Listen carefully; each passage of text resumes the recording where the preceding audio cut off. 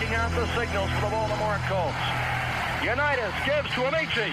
The Colts are the world champions. Amici scores. It's amazing, sensational, dramatic, heart-rending, exciting, thrilling finish in the history of college football.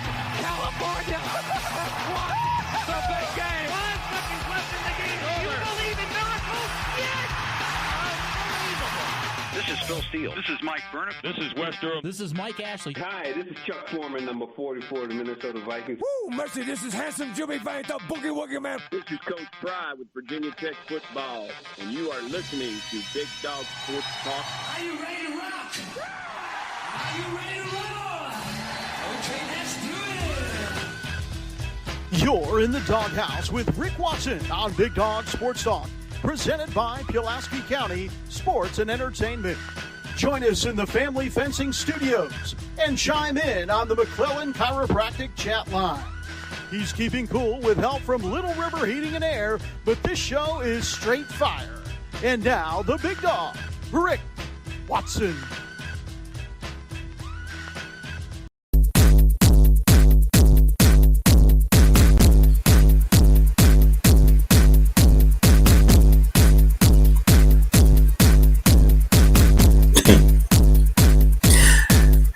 Good morning. Playing loud noises to wake you up this morning. Actually, to wake me up this morning. You got that one. You got this one, too.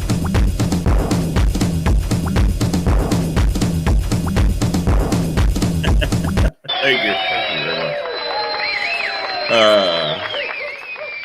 much. Everybody's... Oh, you're too... Oh, no, you're far too kind. How are you?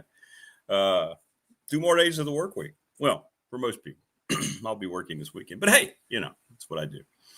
How is everybody? Gorgeous weather outside. Yesterday, today, tomorrow, Saturday for the Tech game against Wake Forest. Good stuff. Welcome in BDST here on a Thursday on YouTube. Coming up today, Andy Bitter from Tech Sideline. Jonathan Sweet's going to join us from Pulaski County Sports Entertainment, and then Dwight Vick. 3 awesome guests. Great day yesterday. Thank you. I got a lot of messages on the professional door text line. We had 5 guests on yesterday. They were all outstanding. Keon Brown, Davian Sordelette, David Teal, Brian Steinspring, Bill Roth. Steiny sent me a text later. It was great. He said he got all this response from being on. It makes me feel really good. So I want to promote his program, and good luck to them. They got a tough one this weekend, Randolph-Macon. It's one of those things, if Tech didn't have a game, like if they were bye week, I think a lot of people may go down to Salem and watch. That's Randolph-Macon's, for an ODAC school, they're really good. So we'll see how Roanoke handles things Saturday. So good luck to them. But college football is rampaging tonight to tomorrow. I want to share. It's incredible. I looked up where we were with TV ratings, and this is why it just blows my mind. And I don't know if we've ever seen anything like this before. By the way, I'll tell you right now, StreamYard, the mechanism that I use, has had all sorts of problems. Yesterday, and I spend more time on YouTube now than I used to, obviously, since I'm part of it. But there were streams yesterday that just got shut down. And most streamers use either StreamYard, this is what I use, or they use something similar. And it was, people were just getting knocked off. They couldn't get back on. I hope that doesn't happen. I'm just trying to tell everybody right now. So we'll keep an eye on it and we'll see. It is doing okay. It's still jumping around a little bit, but I'm just warning you now. Hopefully it's something that won't interrupt the show. I hope that's the case. But anyway, join us in the McClellan Chiropractic chat room and our Professional Door Incorporated text line. We want to thank our sponsors, Family Fencing. They sponsor the studios here in Reiner. 540-200-8294 at familyfencingnrv.com. Free quotes are available. No dig installation. They have finance options available. Go get your fencing done before the weather gets snowy and bad. Mark Hunley, McClellan Chiropractic, sponsors of our chat room. Thank you so much. We mentioned Travis Williams, Professional Door Incorporated. Text line 540-391-0788. I get text all day long.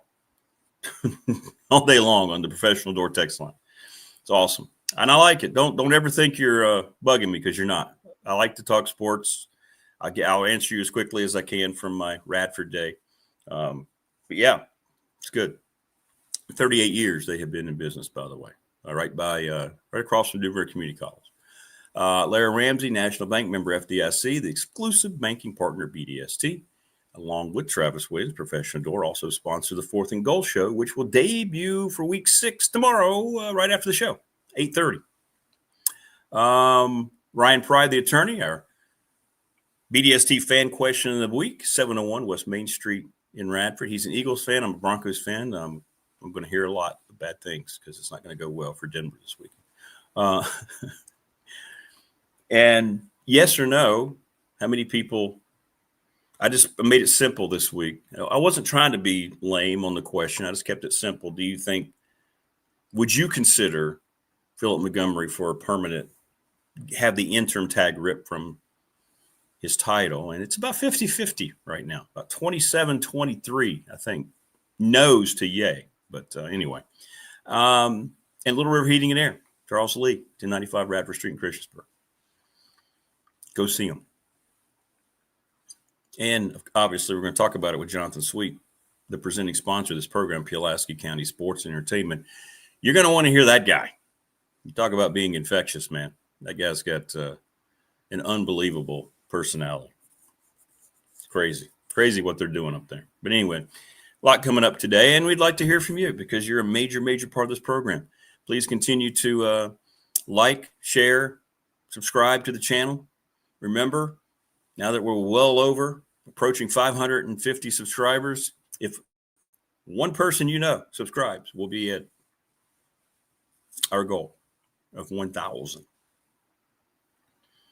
See, that's what I have to do. See there? It'll do that too. See that little bell? It'll do that too. Yeah. That's exactly what it'll do. But things are not working well in StreamYard this morning. I'll just tell you right now.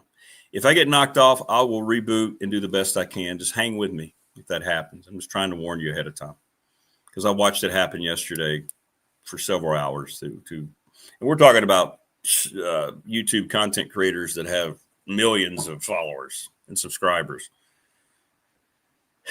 We are a slave to our technology, right? I mean, if it doesn't work, it doesn't work. Good morning, Morris, from the waters of the Chesapeake Bay to the hills of Tennessee, and now to the waving palms of Palm Coast. Big Dog Sports Talk is on the air. I like that. I may have to steal that, Morris. It's kind of like Bill Roth, a la Bill Roth. Yeah, I like that. That was funny. Text message, bowl eligibility is fair for Philip Montgomery to be considered the permanent head coach. Yeah, I didn't, Damian Zorlet was saying 9-0. I just think that's a bar that 9-0, really? That's the only chance he has? I don't think that's realistic. I don't believe that's accurate. I mean, I'm not saying they're not going to go out and do this whole committee thing and try to talk to people, but you might have, what is it? There it is, bird in the hand. Prometheus, I think, beats 2 in the bush. But this is the kind of game Saturday for Tech that is a nice test. So he's exceeded all expectations so far, Philip Montgomery, right? I think that's safe to say. Even if you're the most pessimistic Virginia Tech fan, he has exceeded any expectation. He's 2-0. So they're favored. The spread is probably going to go up a little bit before Saturday. It's going to be a sellout. Let's see what happens. If they just take care of business, I think they will. I think they'll beat Wake by a couple scores. We'll see. We'll see. But that's another progression. Now Tech's winning games that they're expected to win. And then all of a sudden they're 500. And then my proposition is going to gain a little momentum. If it goes the other way and Tech somehow loses another home game to a team that I think they're much better than, then I'll deserve the ire that comes down, that rains upon me from all the people who disagree with me. And that's fine. Yes, Bill Roth is amazing. He's my favorite college football radio announcer. He's good. Very good. I mean, you can listen to other guys, and there are some really, really good guys. I like listening to Wes Durham on TV, college football, because Wes it's almost just like he's talking to you about the game instead of just he doesn't put on any broadcasting airs. And then I thank Bill for radio. There's some good college football television commentators. But yeah, I would agree with that 100%. College football ratings, by the way, are up 21%. You know, I've been talking about the kind of quality that I've noticed, and you flip around and you watch games and you just get invested in teams and programs that you really don't care about because the games are so good. And I think when I saw those numbers, I looked these up last night. It's very impressive. Okay. This is why the next big thing is going to be this new contract coming up in a couple of years, right? The new television deals are going to be on the table. And that's why these leagues are posturing now for one more big expansion. And they're going to cash in like we've never seen before. It's going to happen. It's going to happen. And then I think after that, expansion is going to subside and be gone for a long time. The leagues will be set. The SEC and the Big Ten will have who they want. They'll go into the new negotiation, and then we're going to see just unbelievable numbers. And I won't say it'll never happen, but I'm not sure we're going to see a TV deal explode like we're going to see the one now, which is already major numbers, billions of dollars. It's going to go even higher.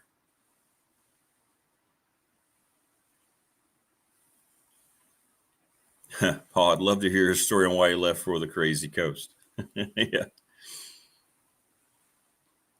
He had his reasons. I know a lot of them, but that's not my place. I'm just glad he's back, Bill. Morning, Rodney. How are you? How are you?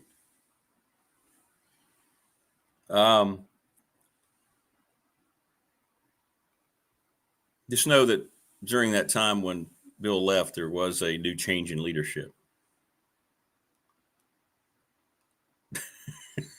Over Virginia Tech. But when you're up 21%, it's incredible. It's absolutely incredible. And as much as I'm down on the NFL right now, listen to these numbers. This is why this league acts so arrogantly and why they don't mind flaunting their politics, their one-sided politic bias out there in front of everybody, because it seemingly doesn't affect anything. So college football is up 21%. I'm glad to see it. I think it's a good product right now. I'm pleasantly, just utterly surprised that that's the case. We're all college football fans. It hits us more where we live. And I'm enjoying the season. It's good. It's good football. The NFL ratings. Every game, like not even the Sunday night games, which are off the charts. Thursday night does well. That's why they do it. It's all about ratings and money, advertising. The 2025 season in the NFL, after 3 weeks, the average viewership of each game is 20.7 million people across TV and all their digital platforms. It's up almost 5% from last year and a 17.5% increase from 2 years ago in 2023. It is beyond a phenomenon what football is in this country. No other sport can even begin to imagine having that kind of success. College football is our second professional sport that's televised, right? I mean, that's the way you have to look at it. College football ratings are blowing away anything from Major League Baseball, certainly the NBA, which has been in the tank now for about a decade. That's LeBron's true legacy. And, of course, hockey. I love hockey, but it's, it's going to just have its niche viewership in the cities in which teams are housed. It's a lot bigger. But the NFL, college football are two biggest professional sports. And those numbers blow me away, and it's why you're going to see the NFL just continue to act in the way it's going to act. They don't care. It's not hurting their pocketbook. The world as a whole wants more NFL games in their countries. They're going to do it. Keon Russ says there would be no King James slander today, my friend. Well, facts. Game hasn't gotten better. But 20.7 million viewers. I just sat there. I had to make sure I was reading that correctly. That's average. I mean, we're talking about you could be watching you could be watching the Saints play the Cardinals. It just blows me away, man. Blows me away. Prometheus says, I'm not sure Tech can sustain this model they speak of unless the results are ACC title game or playoff every year. He doesn't see this being sustained. Well, they've got to create a model for it to be sustained. I think that's what I'm struggling with, hearing some of the things I'm hearing about what they're planning and all that. Or maybe they don't know what they're planning. Maybe that's more accurate. We'll see. The money was a great first step. But I don't know. Here's the one thing about you and I, we can speculate. That's what it's all about, being a sports fan. We sit around the water cooler, right? And we just talk and we speculate and we go through all these things. So we can talk about Philip Montgomery and the job he's doing and whether or not he could be the permanent head coach. I'm not sure they're even in that space over there. They just got the money, $229 million spread out. So they know they're going to be okay there. They're figuring that out. They're still, I understand, trying to put together the committee. So I don't think they're even in that realm of space. I really don't. Joseph, good morning. In our McClellan chat room. Love to see everybody in the chat room and on our text line. NFL wants to expand to across the world with all these games being played overseas. Yeah, they're going to. It's going to continue. We had a game, in Ireland this past Sunday. Germany, Brazil. Of course, the game's in England. There's going to be more and more and more. And the players, it's not good for the players. It doesn't mean the quality of football is great, but what it does mean is a lot more money in their pockets. So you're not going to see a lot of pushback because that's the bottom line. That's why I think they finally caved a little bit on Thursday night games, because now the revenue from the new deal with Amazon is starting to kick in. And they're like, oh, okay. All these owners, okay. That's pretty good. Paul says NBA is not watchable. It's getting to that point. I haven't watched a game since the 90s. The NBA hurts itself mightily because the players come across, even the star players. Keon, talk to me. Even the star players, like they don't want to be playing the game. And I think that's what rubbed fans the wrong way. Right? Wanting to miss 12 to 15 games a year.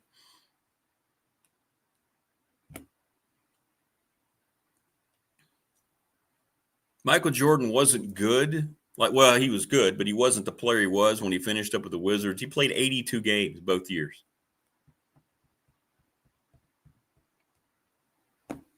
So when the guys in the league that are the highest profile want to load manage, and people spend hundreds and hundreds of dollars in some cases for these really nice tickets, and they go to see Keon, let's talk about LeBron, right? He's going to be the draw. Everybody knows he's coming to the end of his career. If the Lakers are coming down here to Charlotte, I mean, there's business people, not you and I. We're not going to be able to spend thousands of dollars, but there's going to be business folks, and there's going to be incentives for people to buy luxury boxes or to be courtside to see him. And then they find out, oh, this is his load management night. What? Yeah, he's not playing. And I'm just using LeBron as an example, but it could be any star today. And they expect that. It's almost like they look at that as a price. That is their given right. They don't have to play but 65 games of the season. Fans don't want to hear that. We don't get to go tell our workplace that we only want to play, that we want, 10% of the year off. So that comes across the wrong way. And the reason I think the European players have found so much marketing success over here, and when you can make the argument, I mean, KB, what was it? 1 year, a couple of years ago, he broke down the top 5 players in the NBA, and I think, 4 out of the 5 were international players, because they're coming from a different place in the world where the work ethic is different. So they get a chance to come over to America, play in the Premier Basketball League, make the most money they're going to make. And they're not asking out. Luka and Nicole, now they take the games off, obviously, and rest some games, but they found their niche because it feels like old school mindset coming into the league. Yes, the fundamentals in Europe are still taught. Nobody likes what the NBA brand is right now. Much like the NFL, they told everybody where they stood politically, which was a huge mistake. They have not recovered from that. Secondly, the brand of basketball is bad. The guys don't seem like they want to play it. They want the lifestyle that comes with it, but they don't want to go through the grind. Professional athletes, their career doesn't last as long as they would like, and they have everything they're ever going to need materially. I think going through the grind is okay. And this whole thing today, about load management and all this BS. We have more technology, more training opportunities, more ways to keep your body healthy and in shape, recovery, more now than at any time prior to when Bird and Magic saved the league, from when Jordan came in and started his unbelievable legacy, and all those great players that came with him through the late 80s and 90s into the 2000s. We have more of that stuff now than ever before, and yet guys are saying they still need more games off. And the reason hockey still is so appreciated, those guys would kill to play the game. Nobody has the passion for their sport more than professional hockey players. And you don't see that in the NBA. You're starting to see it in the NFL. The culture of the NBA and the NFL are starting to kind of intertwine. You're right. And I don't know about the numbers. I need to look that up, Rodney. NFL making huge money. That's why they're doing all these uniform colors. I don't know what the sales are. Like the Dolphins wearing that terrible black the other night, when they have these gorgeous unis, throwbacks they could wear. I don't know what the sales are of these niche jerseys. Like the Cardinals wore cream last week. Cardinals have one of the most classic helmets. They've had it since the late 50s, early 60s. Gorgeous. And yet I just don't. Nike is and the NFL doesn't care. Again, the NFL sells itself regularly because it's all about money. It's all about money. So who's playing tonight in the league? Let's see here. 49ers and Rams. That's actually a pretty good game. Rams are heavily favored.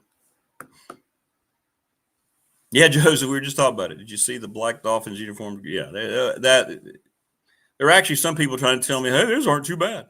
Just stop. Yes, they are. Yes, they are.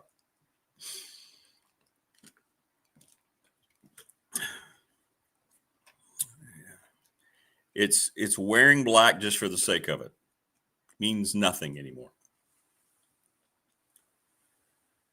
Major League Baseball pitchers can only pitch 3 or 4 innings every 5 or 6 days. NBA players need off. These guys are paid for full seasons and playing part-time. Yeah, it's the baseball thing I don't understand. Look, I know if you start a game in the regular season, you have 5-man rotations in most cases. And if you throw, they ease you in. Obviously, there's more arm injuries now across baseball than there have ever been in the history of the game. And why is that? Here we go. Training, weight training opportunities, conditioning, exercises. Are guys throwing too much as they come up through? We're going to have Alex Guerra on tomorrow with us, the Radford's baseball coach. And I'm going to ask him these questions because I'm very curious about what he has to say. He coaches college baseball. There's so many arm injuries in college baseball. It's unbelievable. And we've had so many at Radford throughout the Big South. Whenever I'm getting ready to do a game, I'm looking down and I'm seeing all these injuries. I'm like, good Lord, look at the surgeries. So why is it that in this day and age, when we have more medical breakthroughs and technology than ever before, more pitchers are losing it with their arms, and then you have NBA guys that don't want to play?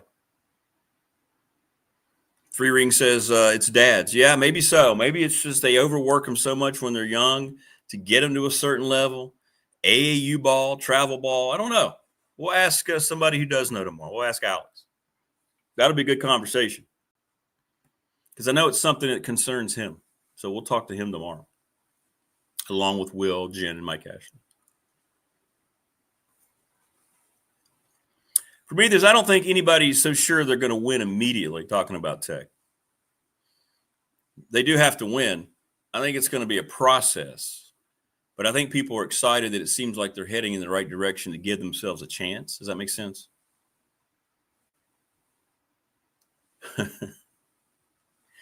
No, the Bears navy blue is just fine. They don't need a black uniform. A lot of people think that's black, but it's not. It's navy blue. Paul says maybe it's the velocity and the technique. Yeah, it could be. I don't know. I guess I could look it up. There was a stat that showed up on X about Bob Gibson. And there was a stretch when he was pitching in the late 60s where I think it was a 10, and this might be wrong. It's close to being right. Bob Gibson pitched 10 consecutive complete games. Today, there are no complete games. Guys will go 6-7 innings. Here comes your specialist. Boom, boom, boom, boom. I mean, the only way you're throwing a complete game is if you've thrown less than 100 pitches and going to the 9th inning. Matthew says year-round throwing culture. Yeah, that has to have a lot to do with it. But it was something like 10 straight complete games. And I think he went like 8-2. And the average amount of pitches was 130-some pitches, 137 pitches. And then you have guys now being taken out when they reach 60. So, again, why in the 60s was it working? Were these athletes somehow better? Were the techniques better? And Gibson threw hard. He didn't throw 100 and all this, but he threw hard. He had 4 different pitches.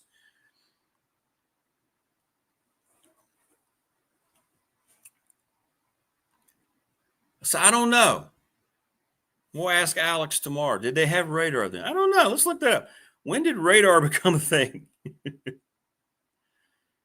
When did radar usage start in baseball? I don't know. 1973. Yeah, to answer your question, Paul. 1973. Michigan State baseball coach Danny Litweiler adapted police radar guns to measure pitcher speeds, leading to the widespread use of radar guns by scouts in 1980. How about that? The Orioles and Dodgers were amongst the first major league teams to start using radar guns regularly in spring training. That's pretty cool. See, there you ask and AI provides. I didn't know. So mid-70s, so no, they did not have radar then during that time. But you could watch a young Nolan Ryan, right? That 68 rookie card at the Mets. You knew that guy was throwing some gas. It didn't take a radar gun to show you he was throwing in the mid to upper 90s. Billy Bob Thornton says Bob Gibson is the greatest ever. Bob Gibson is amongst the greatest ever. And I'm telling you one thing, man. You talk about the old school, and I know today, boy, guys are allowed to flip their bats and grandstand for home runs. And if you try to send a message, then the pitcher's the one who gets blamed. You hit a home run off that guy, he was throwing one under your chin. He was hitting you in the chest very next time you came up. Now, I don't condone that. It's too dangerous, but I'm just saying, the mindset's changed a lot. You look at some of the documentary pieces on Bob Gibson. Man, we need more guys like that today. I mean, he was terrific. You know, I'm going to look. Let's try that. Let's try to go 2 for 2 here, Paul. How hard did Bob Gibson throw? Here we go. Oh, here we go. Bob Gibson's fastball was routinely around 93 to 96 miles per hour. Sources suggest that he regularly exceeded 95 and may have even touched 100 with his best fastball, riding fastball.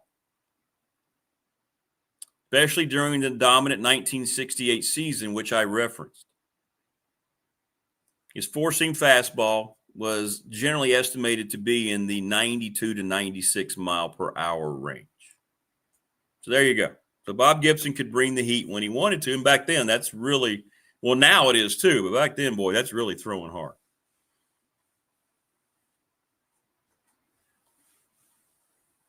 Okay, good to know, Matthew. Thank you. Fastball is streaming and is a great documentary about radar users. I'll have to check that out. Cool. Good knowledge. David Taylor, Gibby was the man. Yes. Yes. He had Tim McCarver. Bob Uecker was his catcher for a while. Bob Uecker, they have a great team picture that he took on the Tonight Show. You can find it on YouTube. Bob Uecker was the best Tonight Show. God rest his soul. Man, we miss Bob Uecker. And they had a picture where he and Gibson were actually like holding hands. You think about a picture in the late 60s. They just did it because of Gibson's reputation of being this tough guy ready to – it's great. It's great. Joseph says, without team salary cap in baseball is killing itself. 100%. 100%. That's why they might lock out here in 2027. Small market teams can't compete. Reds being a perfect example. Yeah, kudos to them. I know you got knocked out last night, but kudos to them for rallying the last 2 weeks of the season, making the playoffs.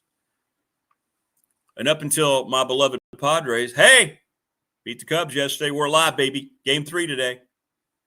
Yu Darvish, though. It was a nice little run. Up until the ownership, and God rest his soul, from the last 5 to 7 years, they didn't have any money either. So I get it. But yeah, that's what they're going to end up probably stopping the game over in 2 years, is the salary cap argument. It's the only one that doesn't have it. We know what it's done for the NFL. The NBA is skewed. These max contracts. Again, something else people don't understand. I don't understand the NBA contracts. Some of these guys making ridiculous maxed out contract money. Then they don't want to play for it.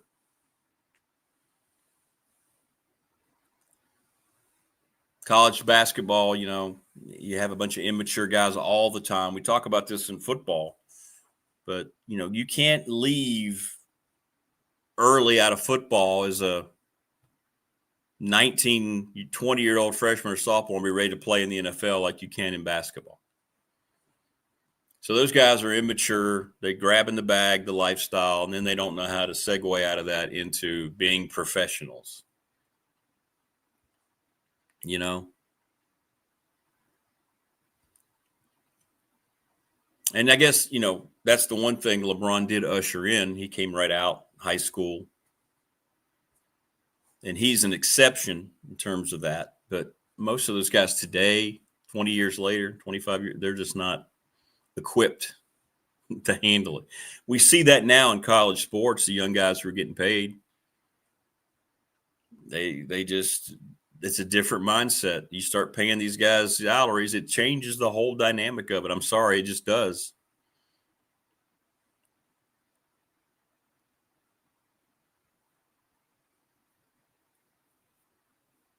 Okay, I'm going to try to read this right, Wayne. It's not you, it's me.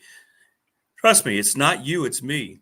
Wait a minute. You're using the "it's not you, it's me" routine? Well, I invented "it's not you, it's me." Okay, George, it's you. You're damn right it's me. Sorry. George Costanza, easily one of the top 5 sitcom characters of the last 100 years. Speaking of not playing for contracts, thoughts on player attorney claiming red shirt not getting paid. That kind of went away, though, didn't it? That attorney made a huge mistake by posting on social media. I think that killed anything that might happen there. Yes, Jimmy, Padres still alive. Go Friars. Hokies wearing white, orange uniform, white pant too, right? White, okay, that's fine. That's fine. Don't want to see any of this monochrome crap. Looks terrible. Reggie, good morning. NASCAR's a show. NASCAR is just, I don't know what NASCAR is anymore. A shelf of what it used to be. It did. It chased the money, gave up on its base fan. It's terrible. NASCAR can't suck enough. The playoffs are terrible. None of it makes any sense.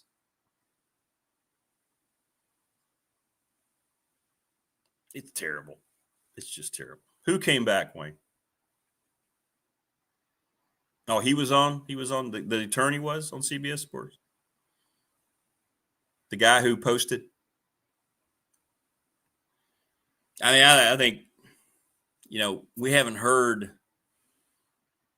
because it'll be a big deal. We haven't heard these lawsuits have a lot of effect. They're not just happening here. They're happening everywhere. Right? I mean, it's happening. It's happening. Let's see. What did Wayne send me here?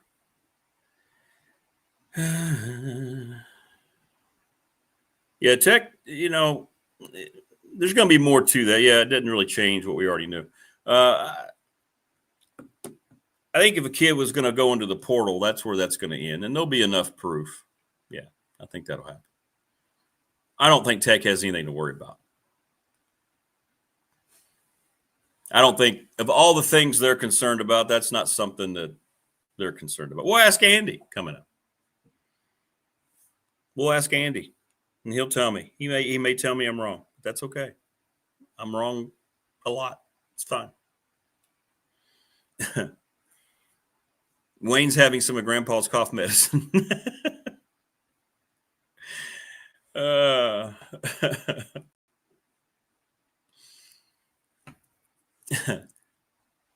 By the way, you can support the program like Wayne. There's ways you can give like a couple dollars to help. Got a note yesterday. StreamYard, this is ironic. StreamYard, which is what I use, broke down yesterday throughout all these platforms. And they tell you, oh, we're going on an increase. Oh, great. That's awesome. Whew.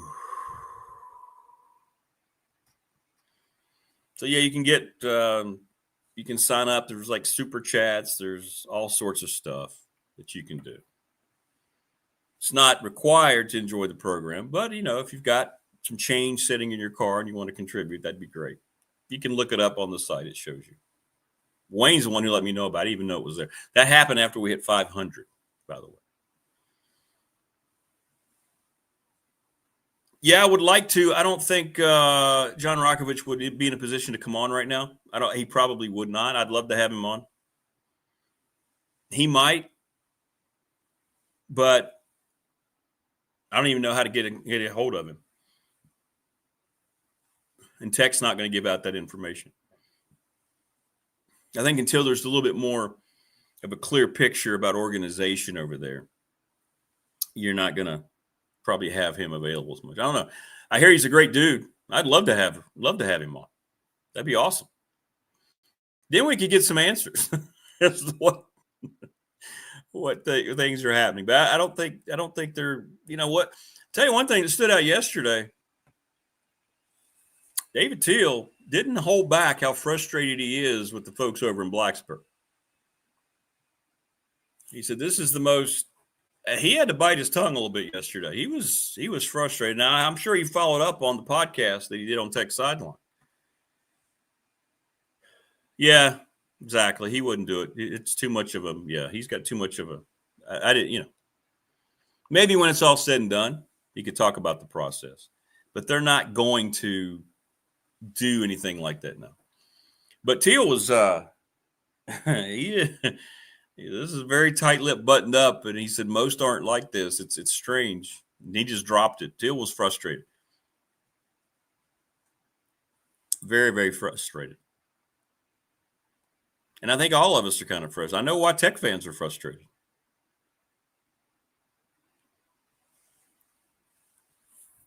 They have concepts of a plan. Yes, Hokies rock. That's exactly right. We have concepts.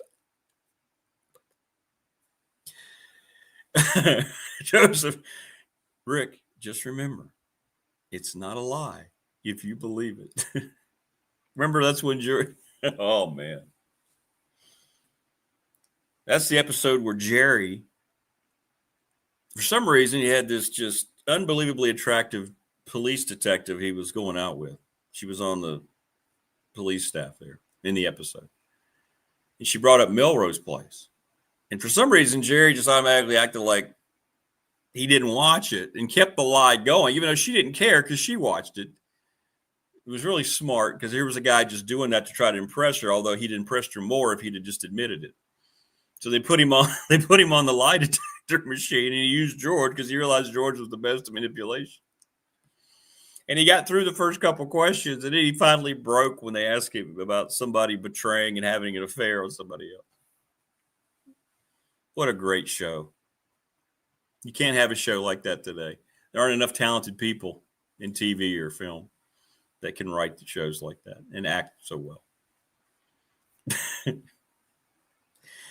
I'll go to my grave saying that the episode of George and the Opposite is one of the 5 greatest television masterpieces in sitcom history.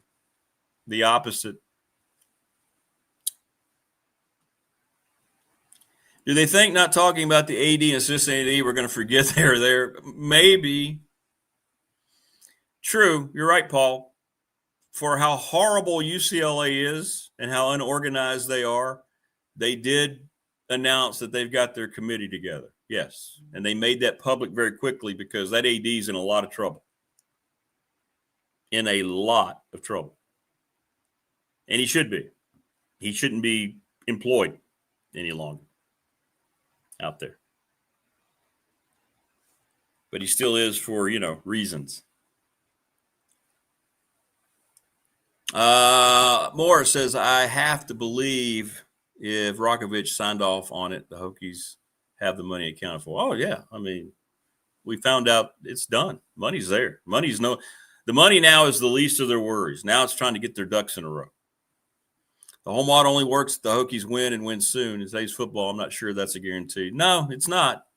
Even the programs who are fully funded that have never had to worry about money, institutions in the SEC and the Big Ten, Notre Dame, they haven't consistently won. When was Notre Dame's last national championship?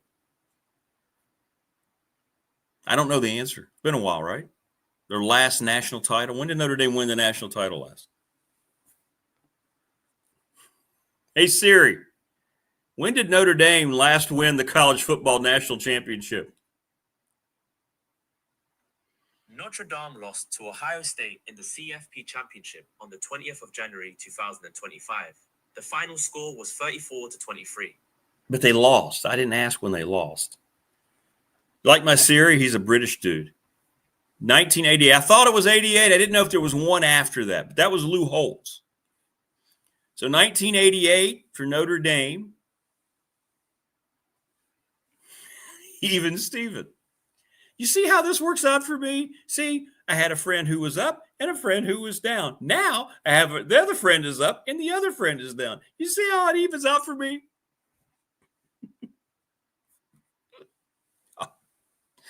It's just brilliant.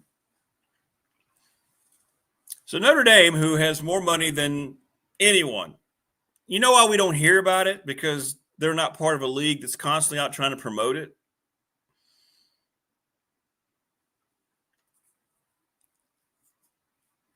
$1988. Math. 37 years since the Domers hoisted a national title trophy. So money, to Prometheus's point, does not equate to winning all the time. It helps. Sure as hell helps.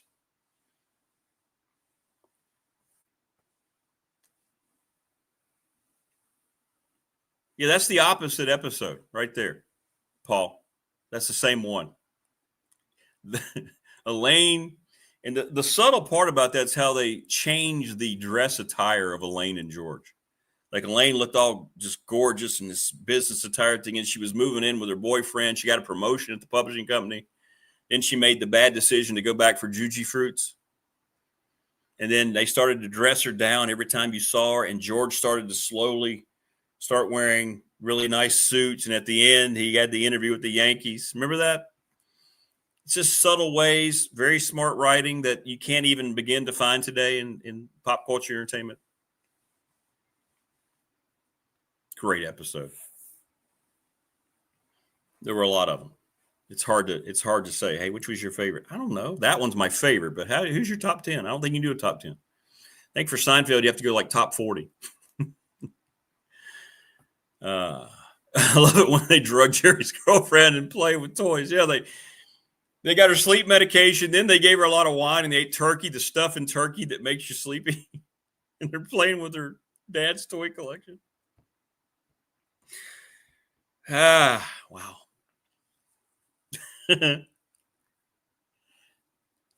One of the things that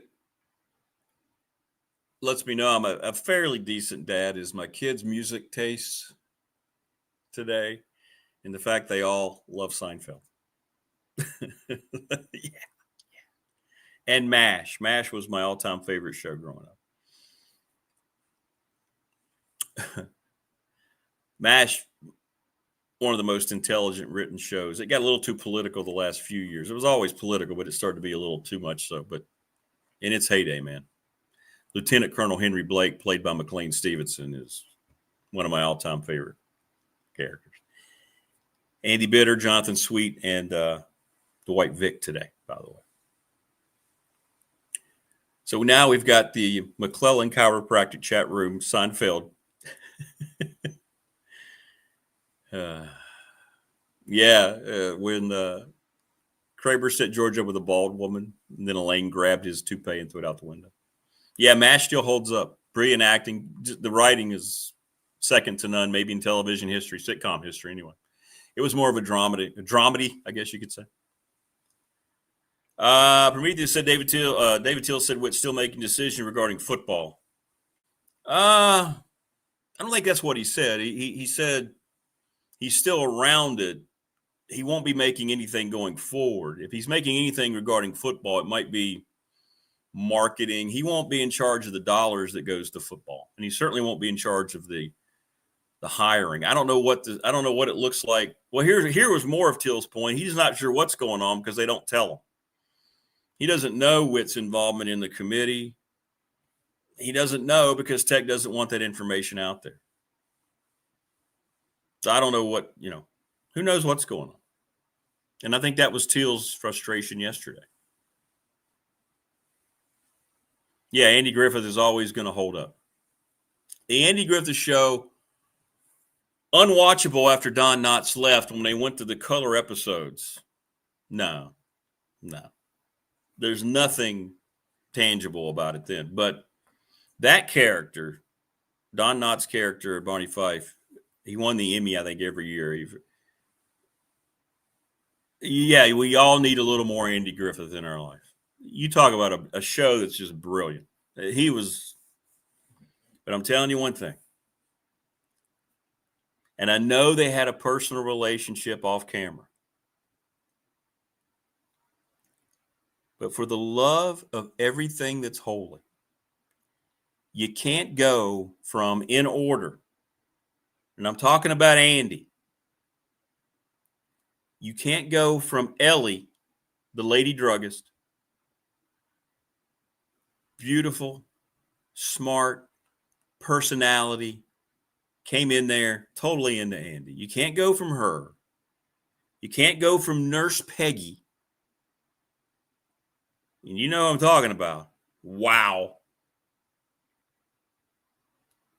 And then you had the other nurse. I don't remember her name. Somebody help me. You know, the nurse when Andy was trying to be alone with her and Barney kept showing up.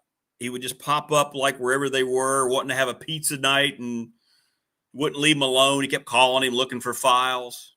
What was her name? Remember her?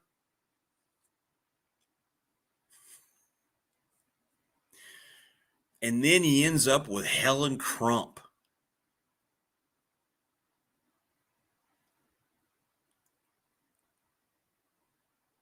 Really?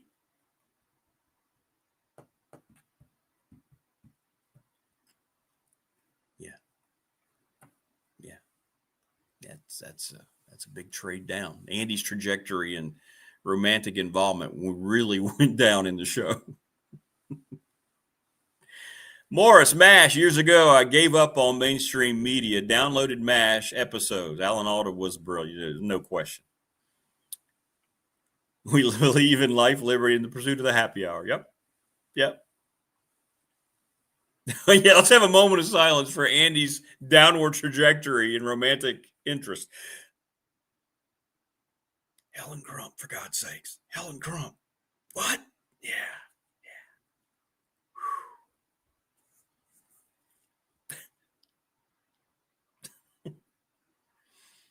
He was fine going from Ellie to Peggy. Okay. All right. And Ellie got a new show. She was on Father Knows Best. I think she got a starring role in that. So that's why she left. But, yeah, it went downhill from there. But Don Knotts, I still laugh. I've seen them. We've all seen them how many times? Hundreds of times. And I still laugh at Don Knotts' character. Mary Simpson. Thank you. Mary, yes. Mary had kind of an Elizabeth Montgomery thing going. Now I sound like Phil Hartman when he did the Sinatra group. You kind of have that Ben Vereen thing going. Oh, one of my all-time favorite skits, by the way.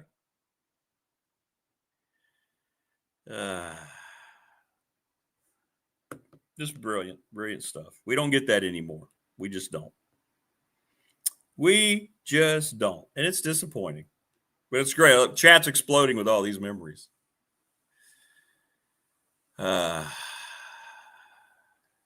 We the people in the United States. No, I got it.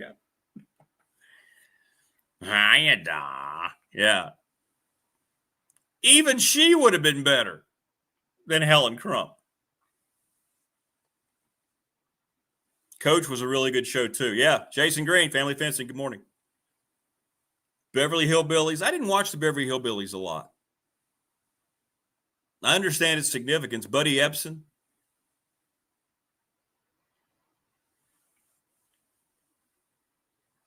Jimmy says about Mary Simpson, yeah, I'd share pizza with her. Yeah, Andy was trying. But there was Barney. He was always in the way. Always in the way. I didn't watch Married with Children much either. I didn't watch Married with Children much. I didn't have anything against it. I just never found myself watching it. Does that make sense? That was back when Fox was just getting going too, wasn't it? Married with Children. That was one of their first big hits. That and The Simpsons, right? Addams Family or Munsters? Oh, really? Why don't you just ask me my favorite children, Wayne? Why don't you put me in a bad spot, Wayne?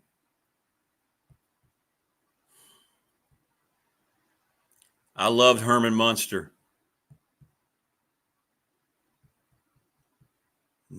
It's tough, man. That's tough. That's not fair, Wayne. You know, you've made the host kind of flush now. Thank you. I don't know, man. I mean, can I just say yes?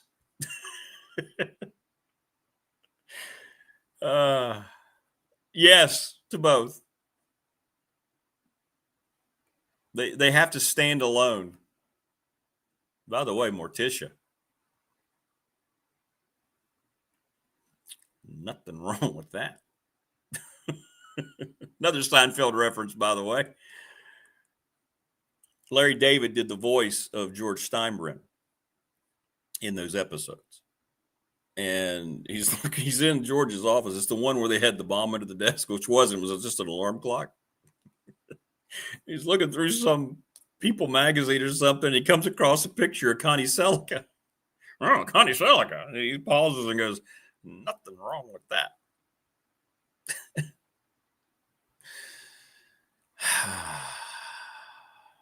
Yes, both were great. I'm not choosing one. Keep them coming. This is fun, man. This is great. We turned it into a pop culture medium today. Joining us now on the program. Just one of the best at what he does. I'm telling you, he covers Virginia Tech football for Tech Sideline. For me, it's assigned viewing for me to follow him on Twitter during every Tech game. Like, that's what I do. His name is Andy Bitter joining us. Good morning, AB. How are you? Good morning. Pretty good. Addams Family or the Munsters? Man, that's going way back. See? Let's see. Addams Family. Okay, there you go. He's going Addams Family. I couldn't make a choice. I like them both. So there we go. That's tough. It is. The chat put me through it this morning. All right, good news for a change for Tech on a lot of fronts, right? How did that feel, being able to report a victory and tweet about that? And then the money, which you said, hey, it's just a matter, it's going to happen, and now it's here. So how was your week? It was different, which was nice. I think I'd been tired of writing about, game stories about one score losses. So it was nice to see a victory in that regard. A little bit different locker room afterwards. When they win, everybody wants to talk. They brought like 6 guys in the post game. So it's like, this is great. Talking to so many people. Normally it's not like that. So that was an enjoyable experience to write something different over the last 3 years and, see them actually pull out a close win like that. And then, the money, I felt like that was sort of rubber stamped on Tuesday. That was something that was always going to get approved if they were getting to a vote like this. And sure enough, it was. And, it's a good thing for Virginia Tech athletics. I'd like to hear some more details on it. They didn't really go into a lot of details on that whole thing, but it'll be interesting to see how this whole thing plays out now that they have the money approved. How did it go? You guys do a terrific podcast. David Teals joined you now. How did that go in there? Now, he was a little frustrated yesterday morning about the buttoned up, how is it going to go? I mean, all these things now, where they stand, and what kind of things did you guys kind of reveal in that, because a lot of people are frustrated about not knowing exactly what's going on. Yeah, it sounds like there's going to be some clarity that they're going to offer here coming up. I don't know for sure. I haven't gotten the official word about stuff and when they're going to reveal who's on the search committee and stuff like that. But I think there might be some clarity on that coming up in these next couple of days. But it would serve them right to put some stuff out there. Because like I said, I mean, 120 million of this is going to come from philanthropy. I mean, if you're going to be asking people for money, you got to have a little bit of insight about what they're signing up for in this whole thing. What are we paying for exactly? So yeah, I think there'll be more of that coming up soon, but I'm not sure exactly. All right, I had several questions for you. Can you please ask Andy about has he heard any rumors about how the committee is going to be made up yet? Have you gotten any insight at all? No, not really. Bruce Arians is on it or adjacent to it or something. I mean, I figured Bruce Arians was going to be involved. I mean, the guy knows football, obviously, and if you're making a hire like this, it would make sense to have some football minds on that whole thing. So that makes sense that they have him. Beyond that, I'm not really sure, and I'm curious to see what the makeup is too, because if your athletic director is not on the committee, and I don't think Witt is, who's going to be making this decision? Who weasels their way on, or worms their way on, or however you want to say it. I mean, normally you have a football person who hires this kind of coach, or somebody who knows football, or somebody who's administrative type person in the athletic department, but. If you're not going to have your AD do that, I don't really know who else is going to be making that decision. So I'd be curious to see what the makeup is, because I think it's got to be some football people to make this thing. And another thing on the text line, I got a bunch of that yesterday. Please ask Andy, has he heard anything else about the GM, and is Jeff King a realistic candidate? I said, I'll ask. He may not know. We don't know things like that, but we'll try. What do you think? Yeah, I think he's definitely a realistic candidate. I think that would be – I can never tell, like, player personnel in the NFL, is it a step up to go to a college GM? I mean, it's a new position. I think it would be a step up. I mean, this would be in charge of an entire program like this. Now, I don't know if he wants to necessarily, but I have to imagine that Virginia Tech has reached out and talked to him about this. So, I really don't know what direction they're going to go with this. This is a brand new thing they're creating here. I think they want NFL experience, somebody who's lived in that world where it's just, player acquisition. You're going out there, you're looking for new pieces that you could possibly bring into the program. That's the name of the game in college now, right? Is you have to go out there and scout other teams and see, if somebody might become available, and, a lot of these teams might entice players to become available. That's not the way it's supposed to be done, but that's the reality of how this thing works. Are they going to fit your system? Are they going to work for your team? Somebody working constantly, to check these different kind of players to see if they're available. When they do become available, go after them hard to make them on your team. So, right. I think that NFL experience would be helpful in this whole thing. What has struck you the most? You mentioned the pleasant surprise, having players to talk to, and the raving reviews they're giving with Philip Montgomery. What struck you the most by listening to those guys and how genuine they were about how glad that, he's there and they're playing like they are for him? Yeah, I think just seeing some joy again in that locker room. I hadn't seen a locker room like that in a while. There's something about a close win that just brings a team together. And it's like the fine line between winning and losing in this whole thing. And, like, if they had lost that game, that would have been a very dejected locker room. Even though the result would have been, how they played would have been very similar, right? Like, if they had lost on a last-second field goal, it wouldn't have changed materially too much how they played in that game. Right, and yet, it's a world of difference in how you feel just based on the outcome. So, it was interesting to see that team just have just this outburst of joy afterwards. They're dancing in the locker room. Philip Montgomery is kind of a straight-laced guy, and even he was cutting it up a little bit in the locker room afterwards. Just had to feel good. I'm sure. I mean, it was 8 straight one-score losses. You go all the way back to that Liberty game in 2022. 1-12 under Brent Pry, one-score games, and here they are, their first one-score game under Montgomery, and he wins. So, I think that it had to be sort of a cathartic feeling for this group in that locker room, and you could see it with how they reacted. Andy Bitter joining us here on BDST on YouTube. He's the lead football writer for Tech Sideline. Well, you watched that game unfold, and I'm sure as you were watching, you were probably like, "Wow, this may happen." And then when did you start to realize, you know what, this thing's gonna be a fourth quarter game? It's gonna be a one possession game. Yeah, I mean, the way things were going in the second half, I think you could tell that neither team was going to pull away in this thing. And, I thought they were going to go for it on that 4th and 1 and just try to put it away there. Yeah. And typically I kind of have 2 leads written, like one if they win, one if they lose in a close game like that. I didn't have one written for if they lost. I had it ready to go if they won. I'm like, I kind of hope they win because I have this ready already. I don't have to rewrite a whole lot of stuff. And then it just kind of happened so fast. And even the 4th down stop, I mean, they got that with 50 seconds left.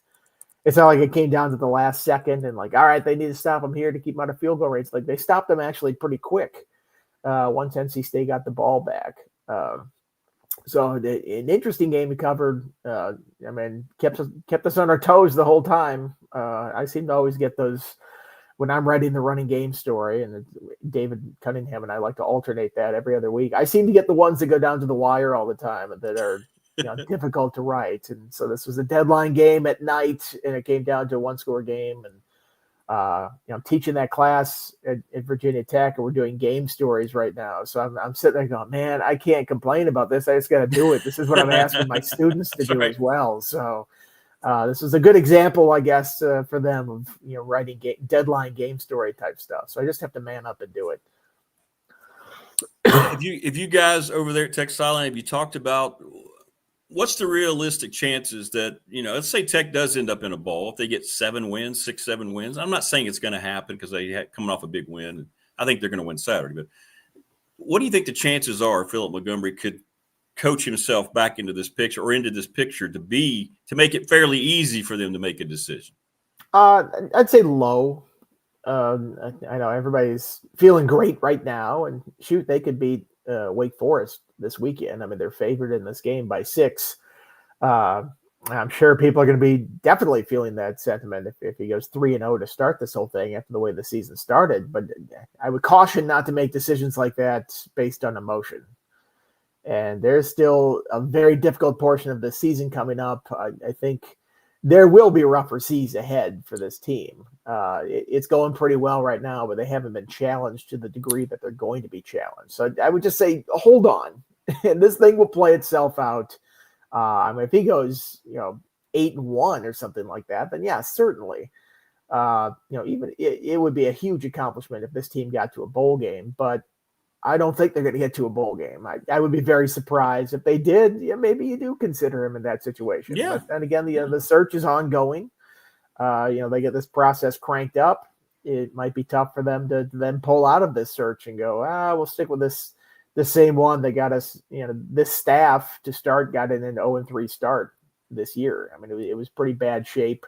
Do you want to continue down that track, or do you want to try something new with all this new money coming in? And, that's the whole point of this influx of cash coming in, is going out and be able to pay for a really good coach that's out there. And I'm not saying Montgomery's not, but, I think that's kind of the plan right now, is go target somebody that's going to come in, build a big staff, be able to utilize this money to push Virginia Tech's football program forward. And I typically you don't do that with an interim type guy. And if the interim type guy does get that job, he's somebody who's, like a tried and true program guy, right? Yeah. Has been there for a while. Dabo Sweeney was on the staff and for a couple years was the recruiting coordinator and up and comer. Ed Ogeron was Mr. Louisiana when he got that job. Bill Stewart. Brent Key was a Georgia Tech grad and was on that staff and kind of was like the fiber of the program as this offensive line coach. Montgomery's been here since February. So he's still kind of new to the whole thing. I just don't feel like it follows that same pattern. So, I'm not going to rule anything out. And, certainly if the results go that way, I think maybe you have to consider him at that point. But it's wins over Wofford and NC State right now. So I would say, hold on. Let's see how this thing plays out. So do you feel like they're gathering info on candidates, and then when they get the committee together, they're going to present that? Here's what we have so far, or is the committee going to go out itself? I mean, we don't know. I'm asking you questions we don't really know because you're right. They haven't really said much. Yeah, I don't think the committee will be public about the search.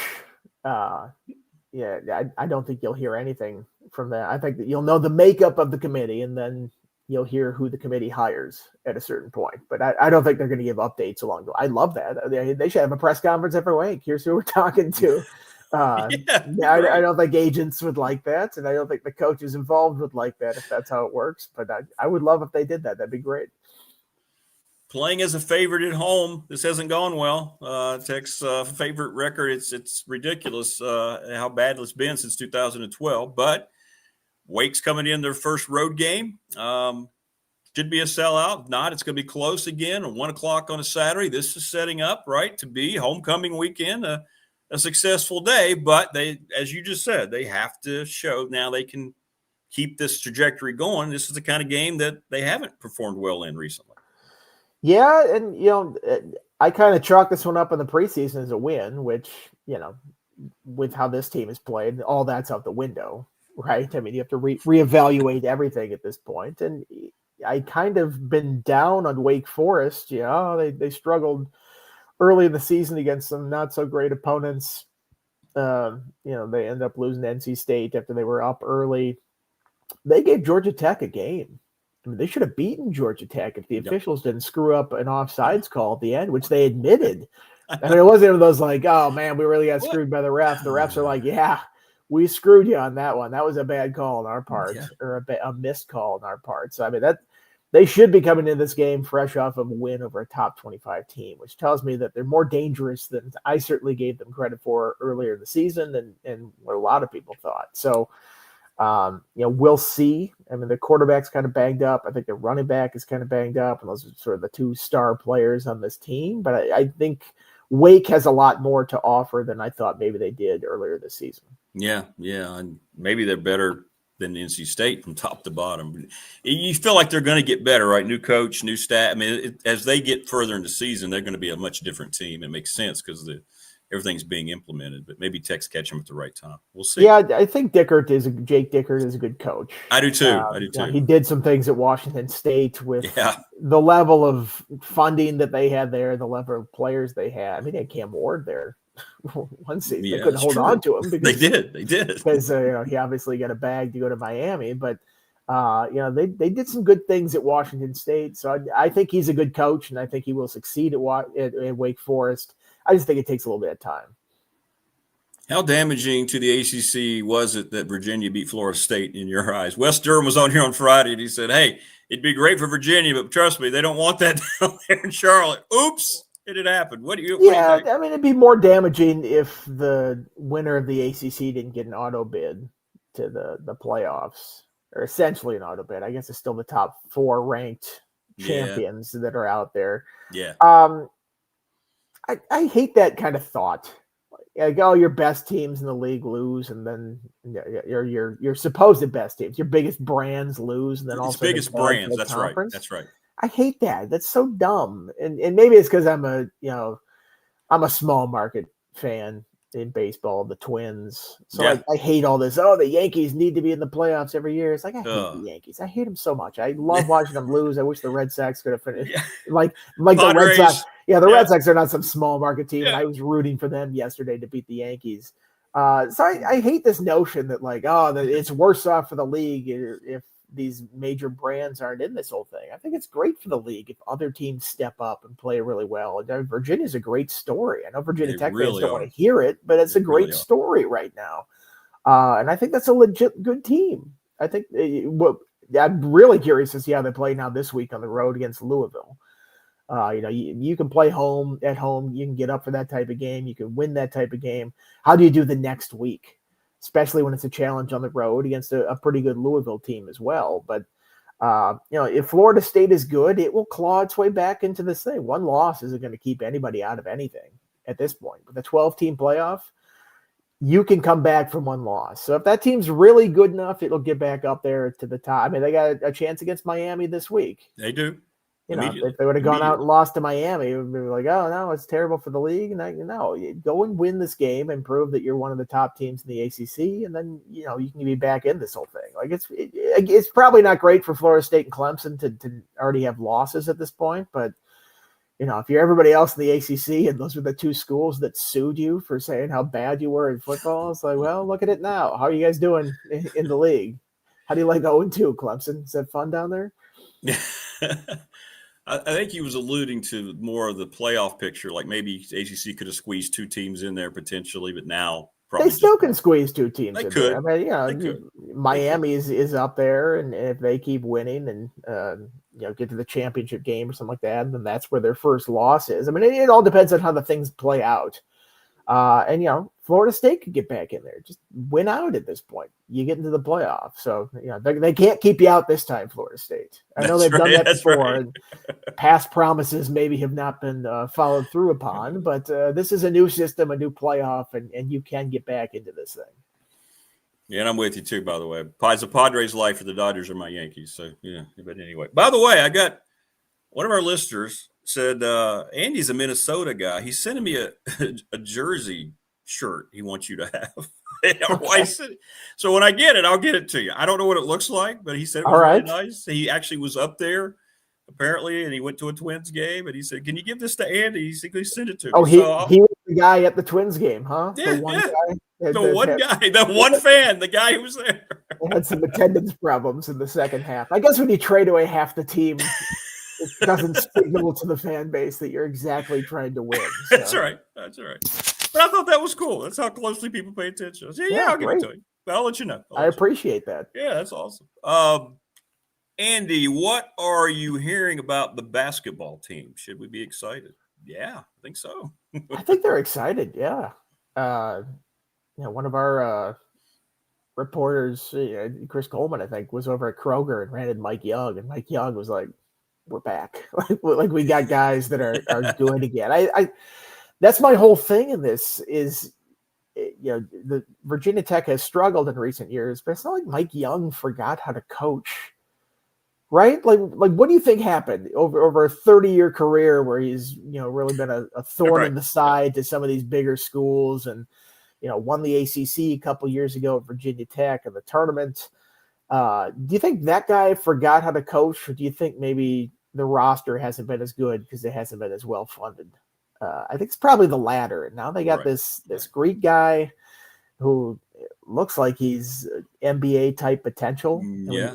And when you get a guy like that at Virginia Tech, I think it makes a world of difference. And I think they have a little bit of roster stability from last year where they were feisty last year. I don't think they were great, but they gave teams more trouble. And I know there's the Toby Lawal quote at the end of the year and things like that about how they were not that good, but I think there were some things to build on. And you add some pieces this year and you add a potential star in Neo. And I think this team has the potential. And, you give a team like that to a coach like Mike Young, he can whip up some stuff for Absolutely. opponents. I think it's going to be a really interesting team to watch.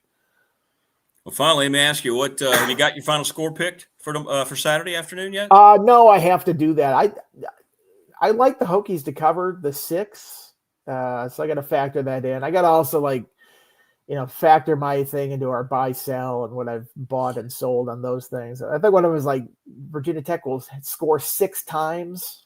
I'm like, ooh. Field goals and field goals and touchdowns, and I sold on that, but I think they're going to win and cover. So I got to formulate some kind of score that works with that. But I like them in this one. I think Wake was feisty last week, and they really took it to Georgia Tech. Are they the same on the road? They haven't left Winston-Salem yet, I don't think. No, they have not. So this will be a challenge for them going on the road, even though it's on a super long road trip. But I like the Hokies in this one. I've liked them from the start of the year in this particular matchup. They've kind of got some good vibes going right now, so I'll stick with it. Were you a big Seinfeld fan? I was. Oh, yeah. Favorite episode? I asked because it dominated chat for 30 minutes earlier. What do you got? The Soup Nazi episode is tough to top. It's good. Even the side plot lines and stuff with the armoire and Lane stealing the armoire and then the girlfriend and the schmoopy. It was it was just the whole Mine's thing. The opposite. Mine's George and the opposite. That's a good one. I refer to that one often, especially when my picks are going bad. Right. In football, I'm like, I need to apply the Costanza method here and go the exact opposite thing here. I used to call the Coastal Division the Costanza Division because whatever result you thought was going to happen, the exact opposite would happen. That's true. That's true. Yeah, no, I could go on for hours talking about Seinfeld. I know. I could recite that whole show. I know, and I can too. I'm Victoria. Hi. All right. Listen, have a great rest of the week. Enjoy the weekend. We'll be following you on Twitter, Ben, and I look forward to getting your reaction when I'm with you. I think Tech's going to have a third straight win after Saturday. I really do. All right. Sounds good. All right, man. Take care. There you go. Andy Bitter from Tech Sideline. Great stuff. Yeah. That's a good one. Soup Nazi. You can't. And the fact that he befriends Kramer, like somehow Kramer's already got this relationship with him. Of course he does. Kramer, you understand my plight. Another one possession game win, back to back. I don't think it'll be one possession. I think it's going to be, I think Tech wins by at least a couple of scores. I do. Oh, the Cotton Yankees episode. Yeah, it was George wanted to go to Cotton, and they shrunk. Right. Sponsor of our BDST fan question of the week. Speaking of which, thanks to Family Fencing. Family Fencing Studios here in Reiner. Give them a call, 540-200-8294, familyfencingnrv.com. Go see Jason Green and the gang. They don't tear up your yard. They have all the materials you're ever going to want. Doesn't matter the kind of fence that you're looking for. They have it. Agricultural, commercial, residential. Give them a call. I know a few people have already. Please keep it going. Thanks to Mark Hunley, everybody over McClellan Chiropractic. They're right off Pepper Street Road. Great brand new building. Beautiful. And he's got every latest technology you could ever have. It's awesome. Thanks to Travis Williams, Professional Incorporated, residential and commercial garage doors for your cars. They sponsor our text line, 540-391-0788. 38 years in business. His dad started it. He's continuing the great tradition right across from New River Community College up in Dublin. Great dude. I've gotten to know him over the last couple of months. Great guy. National Bank, thanks to Larry Ramsey, member FDIC, the exclusive banking partner BDST here on YouTube. Been with them for 35 years. Larry's terrific. Get to see her at all the Highlander games with her husband. Great people. I mentioned the attorney Ryan Pry brings us our BDST fan question of the week. We'll have the results tomorrow, which will be yes or no. Do you think that Phil Montgomery should be have the interim tag taken off his head coaching title? Little River Heating and Air, 1095 Radford Street in Christiansburg. Charles Lee, nobody does it better. I'm just going to say it because I've used them and I know it. Lightning struck my units last year when I was on a basketball trip. Neighbor had sent me a text. I think your house just got hit by lightning. I was scared to death. I'm like, oh, great. Thanks for that. And my units were fried. And then he gets here the next day. They look them over. Next day on the truck, and they were gone. They were done. And I had brand new units and I had a warm house. It was unbelievable. They can take care of your concerns as well. And we're about to talk to Jonathan Sweet here in about 5 minutes or so. He leads everybody up at Pulaski County Sports and Entertainment. I've been talking about them, going through their newsletter, what they're doing as a Pulaski County native. It's very exciting. I'm so proud that they are the presenting sponsor of this show. And we're going to get into a lot more of their stuff. And thanks to Harvey's GM in Radford. Brad Harvey is one of the best people, but one of the best business owners and operators I've ever dealt with. I bought my last 3 vehicles from Harvey's. I trust them. I don't even it's easy. Hey, Brad, this is what I'm looking for. Obviously, you want the best rates, the best price. Can you just find this? And you'll get a call the next day because he's always on the online auctions. Go see Harvey's GM in Radford. They are the best. They're the best. And I get my Jeep service there. Service department, I think, is second to none. There's a lot of good ones, but they're really good. They're really good.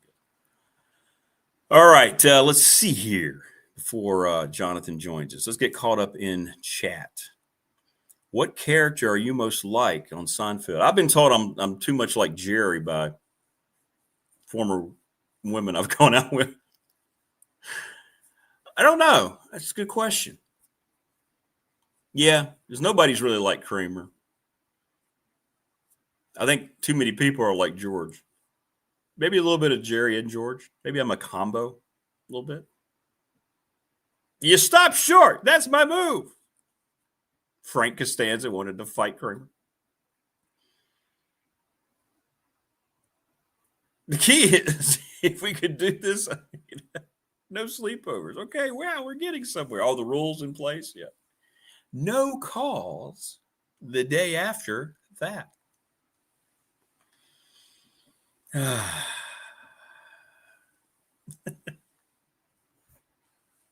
Yeah, never touch Jimmy.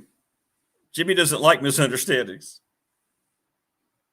Didn't Jamie punch Kramer? He did, didn't he? Yeah. Jimmy punched Kramer because Kramer forced him to slip down on the locker room floor and tear his leg up, right? That's what happened. Maybe we can get Bitter on here during the offseason. We can just go over Seinfeld for an hour. The reaction we're getting in chat makes me think that you would love to do that. Dwight Vick, by the way, coming up. How about that? We get to talk to Dwight about a win. Yeah, the ass man, yeah. And then Kramer put it on his card. He just accepted it. It was a proctologist who didn't get his license plates. I'm not the ass man. According to New York, state of New York, you are. Great stuff. Great stuff. But I think Tech's going to win comfortably. I don't. They're in a position to be a favorite. They have to show us, but I just don't think Wake coming out in their first road game. They haven't been road tested at all. That changes a lot. I know it's not a long drive. Obviously, it's close.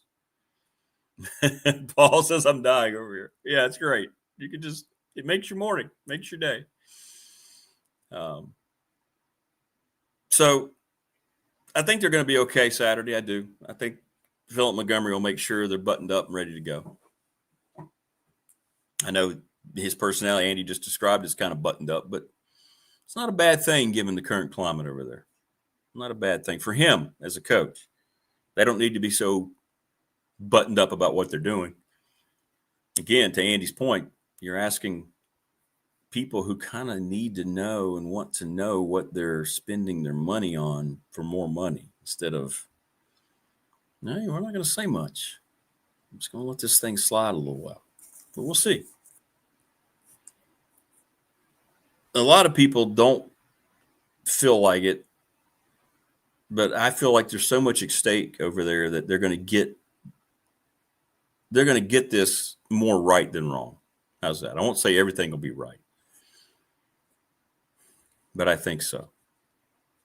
Is that a titleist? By the way, that story at the end of that, the sea was angry that day, my friends.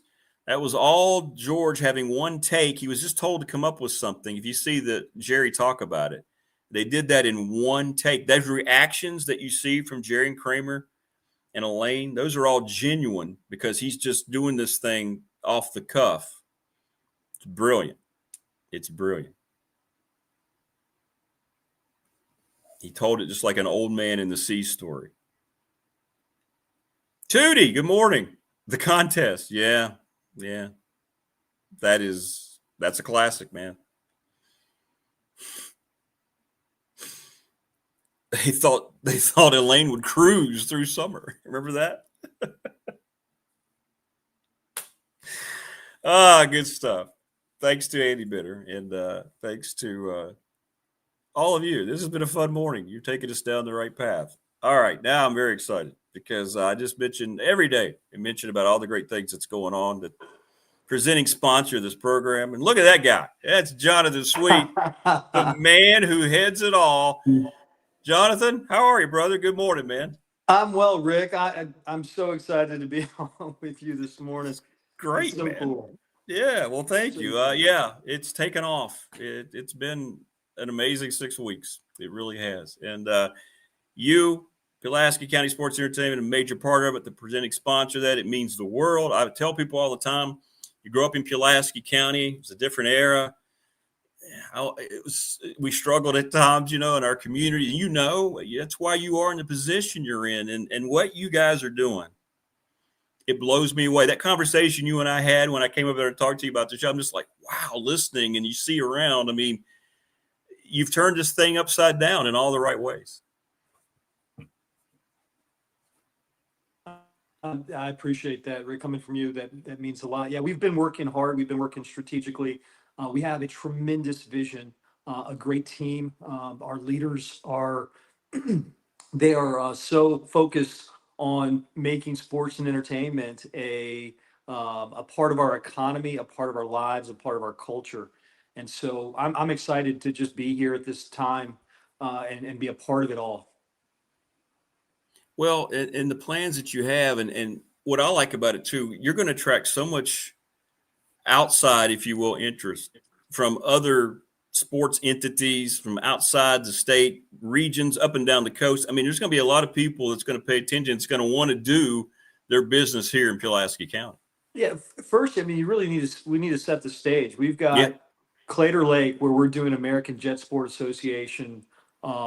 We did a championship race here, a whole Yeah. series. We do professional fishing on Claytor. We just had Seneca Cycling here, a European and American female professional cycling team. They were getting over their jet lag as they traveled from Europe here to compete in the nation's longest road race in Baltimore. The Calfee Park, right? Yeah. Whether it was the Mariners or the Yankees or the Braves, now the River Turtles, professional baseball at such a high level. We've got NASCAR with the Motorsports Park. We had the SRX series here on ESPN, Thursday Night Thunder, Tony Stewart. Awesome. It was just Yeah, unbelievable, right? So much going on. And now with this Sportsplex, we can see the American Pickleball Association. We can see cornhole, professional cornhole taking place. We've got all of these professional venues, and we continue to expand on them. But what it means for travel sports and with the NIL that you're so familiar with and you talk about a lot, with college becoming more of an industry, the sports, youth sports, travel sports, competitive sports are now really, and they have been for a while, pushed to the forefront of our preparation and foundation for sports.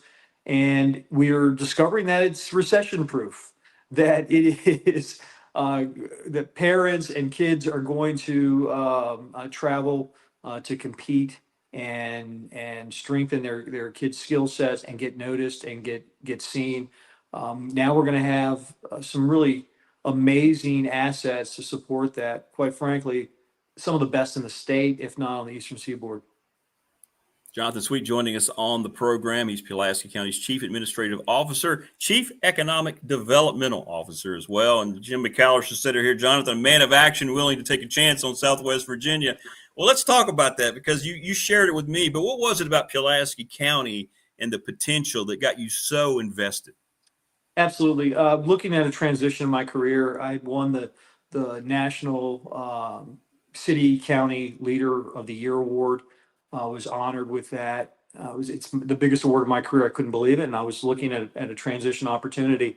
And someone tapped me on the shoulder and said there might be an opportunity in Pulaski County. So I looked at it. My wife and I loved it here. We spent a lot of time on the lake. And I paused and evaluated the upgrowth potential of Pulaski County and was blown away at what assets were here and the inertia that had been created and just needed to be released, connecting the dots, aligning the stars. And I thought I could be a part of that and help turn that inertia into momentum. And even post-pandemic, we went through a pandemic. That was probably one of the biggest challenges of my career, to lead a community through that and come out stronger on the back end. But yeah, we've turned this into momentum and we're doing some amazing things. I had the opportunity to spend some time with David Hagan and the Sheeler family and share the sports and entertainment vision. And we didn't start a sports entertainment vision because we were given the Motorsports Park in Calfee Park. We were given the Motorsports Park in Calfee Park because of our vision. And we can really do something special here and, really create an enterprise of sports and entertainment with what Christiansburg has and Montgomery County has, what Wythe County has with the Apex Center with Salem. I mean, Southwest Virginia is a place to come and Exactly. play and stay. It's wonderful. Well, and about that, because you talked about that too, the collaboration. You're always talking to the other counties and the people around, because everybody wants New River Valley to have success and see things like this develop. How enjoyable is that for you to talk to these other leaders of these other counties and cities and so forth, and everybody kind of understand the vision that you have and try to work together and try to bounce ideas off of one another? Yeah, this isn't new, but this is nuanced. Yeah, that's It a good is way to put it. become Yeah. right. It's become an industry and a strategic industry. So we're all trying to really figure out where our lanes are in that space. No one wants to step on each other, and that's what's so cool.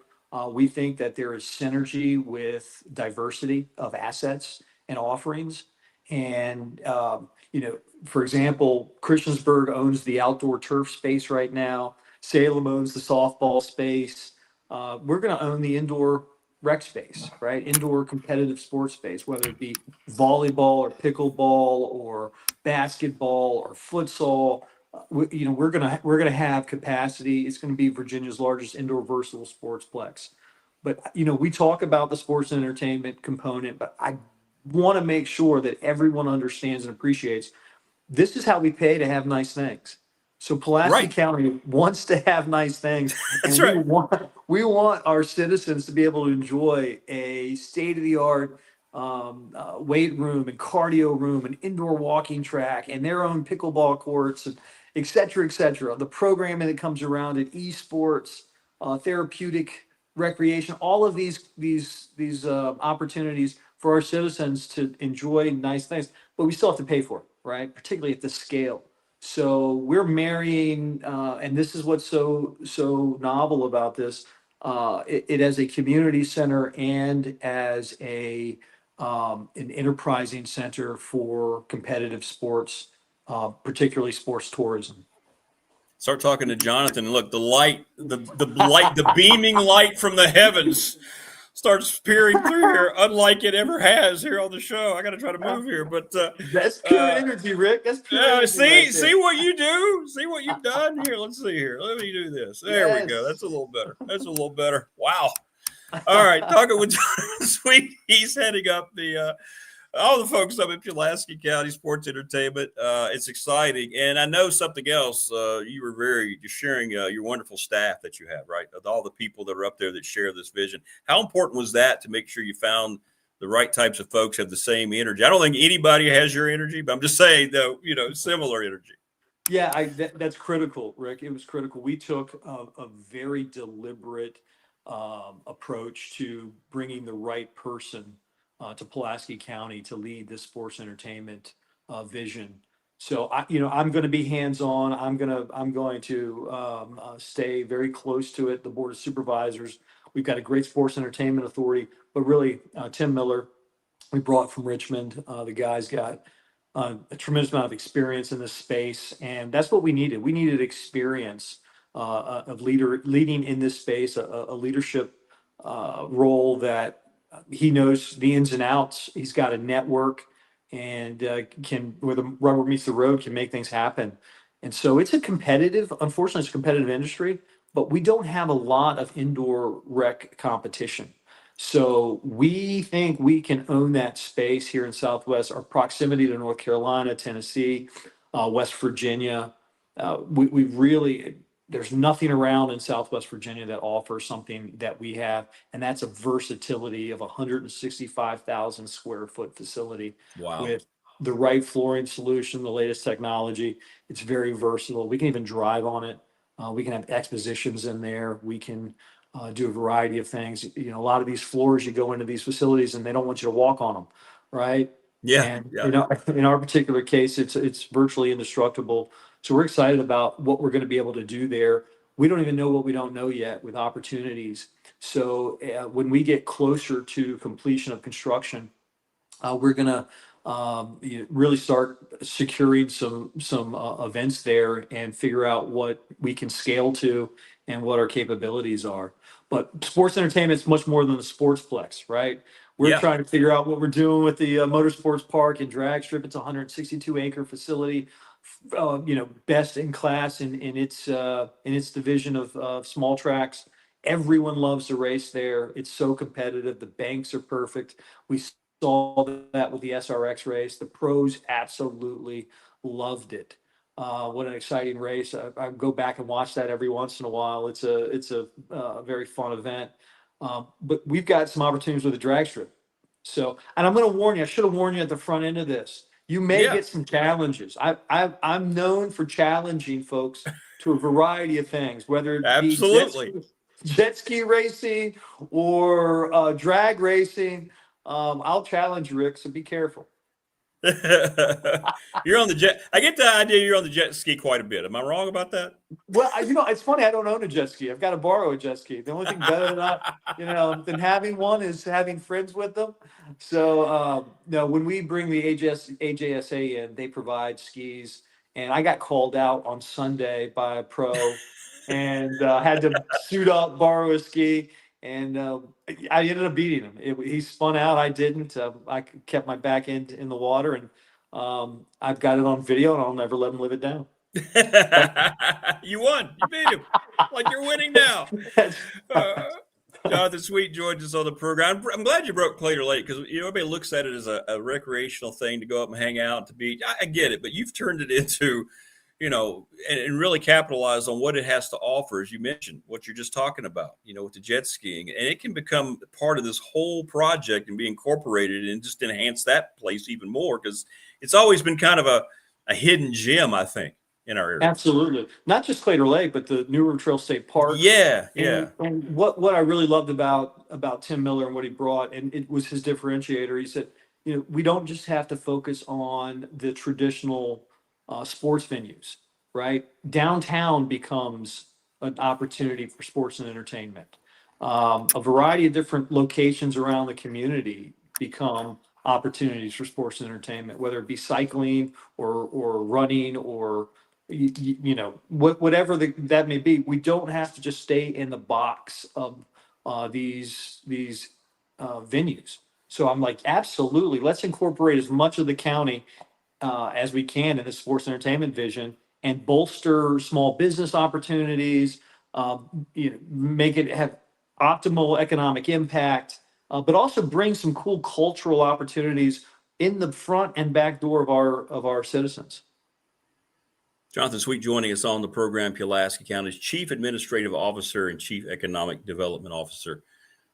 So you came here and, I grew up there. I know people were kind of down. We were losing a lot of industry throughout Pulaski County, and people got kind of, a little downtrodden and negative.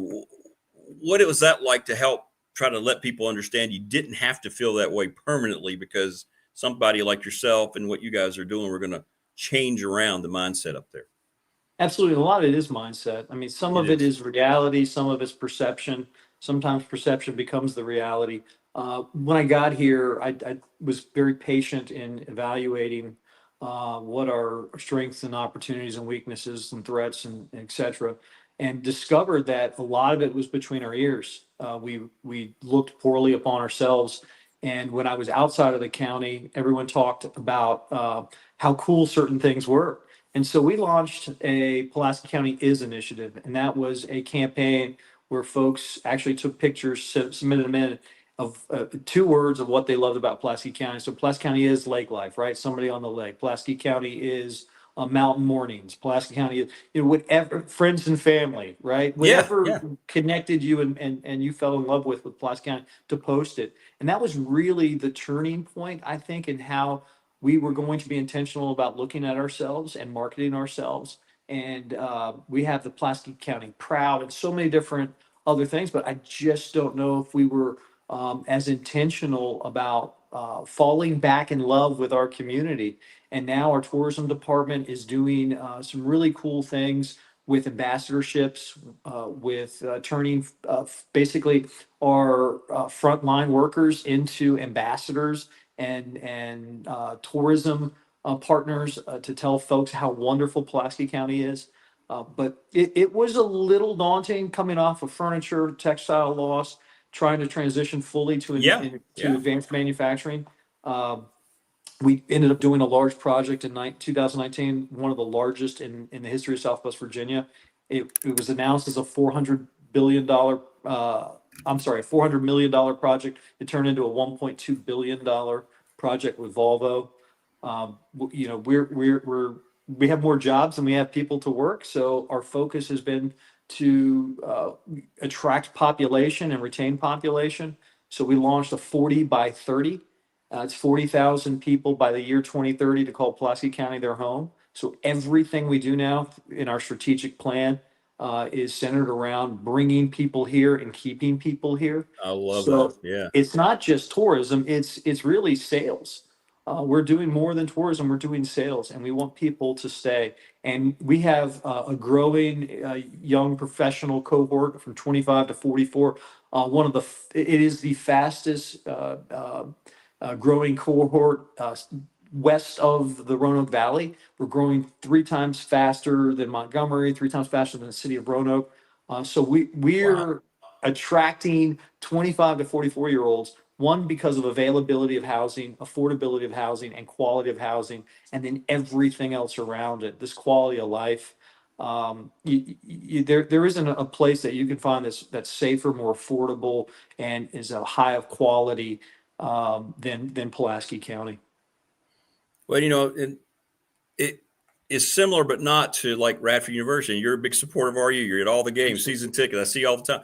But, you know, we have to get over that complex where Radford, everybody says, why Radford? Why not Radford? I know we have tech, and that's separate. You know, Radford can have its own niche in athletics and what we do, right? Why not Radford? And that's kind of what it sounds like, right? Why not Pulaski County? Absolutely. And it's really about just taking a moment and leaning into who Pulaski County is or who Radford University is. It's my alma mater. I'm a 2000 grad. I was fortunate the governor appointed me to the Board of Visitors. So I'm really now part of the framework of Dr. President Danilowicz is doing there and his great staff. Excited to be a small part of that now. And RU is really, they're finding their way with enrollment stabilization. Right. And one of the cool things is we secured this year the outdoor rec college, the #1 outdoor rec college or university award. And we're recognized for that. And it's really because we embraced the entire New River Valley as Radford University's backyard to play, right? We have amazing things from the rivers to the trails to the lakes to the man-made assets with our parks and frisbee golf, etc. I mean, it's just an amazing place to study, but also to live.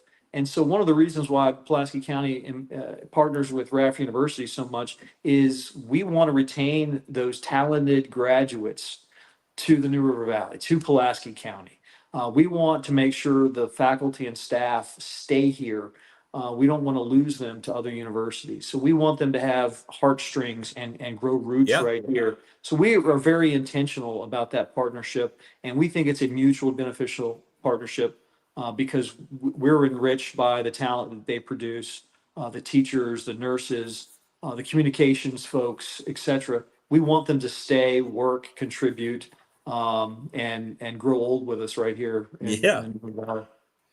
Well, I love that because so many times you hear people are like, yeah, I like it here, but there's just not enough things to do. I need to go somewhere else, right? You know, it's great. I grew up here or I went to school here, but let's go to a bigger place. Well, you're in the process, you and your staff are turning this into a bigger place. Yeah, if you look at it from a transportation radius standpoint, you know, a driving radius standpoint, we really are a big place. You drop yourself in the middle of a city and you look at what you can do in an hour radius. Then you look at how large our radius is in the New River Valley and the access to so many amazing things, whether it be culture or recreation or sports or food or whatever the case. You know, Pulaski, I'll just use Pulaski County as the example. If you come to Pulaski County, you have the opportunity to live on a mountaintop, in a valley, on a riverbank, on a lake, on one of 3 golf courses, on downtown, on a farm, in the wherever you want, whatever you want. Yes, whatever your dream location may be, your dream setting, Pulaski County offers that, right? And then we're still proximal to major markets that, it's not that far away. So we think you can have it all here, and the key is the quality and the affordability of it all. Yeah, absolutely. It's all there. It's all there. And I think people know. And can you let people know, Jonathan, before we let you go, and really appreciate you spending time with us this morning. I get more excited. It's like I'm just hearing this for the first time. I get like, yeah, this is so great. Can you let people know how they can find out more information, how they can contribute, how they can, talk to you and your staff? Because I think a lot of people are going to follow your lead if they haven't already. I really do. Absolutely. So we've got everything we're doing now online on our website. We're doing social media. You can find us at Visit Pulaski VA. We've got a sports and entertainment website as well, and all of it's linked from PulaskiCountyVA.com. So check us out. Follow us on Facebook, on Instagram. Be a part of some of our reels. Come experience Pulaski County. I can't hide. Everyone can find me. So I'm not. If you want to connect directly with me, that's great. But I've got some great leadership in our Parks and Recreation Department, our Tourism Department, our Small Business Solutions Department, and of course our Sports Entertainment Department. And they'd love to connect with you guys out there if you've got any opportunities you'd like to partner with us. Well, here's a great testimony Frank says, hey, I came here from Philly, 2011, never left. Love this place. And there you go. So that's the kind of thing. That's exactly, you're not surprised by that. Not surprised. Yeah. And check, as soon as somebody, leans into what is here and do the comparative analysis to anywhere else, what we offer here at the price point and truly, I didn't speak about it enough. The people here are so wonderful. And even if you don't fall in love with the place, you fall in love with the people. So we've got so much to offer, and we're just excited, Rick, that you're back on and you allow us to share stories like this and to partner with us.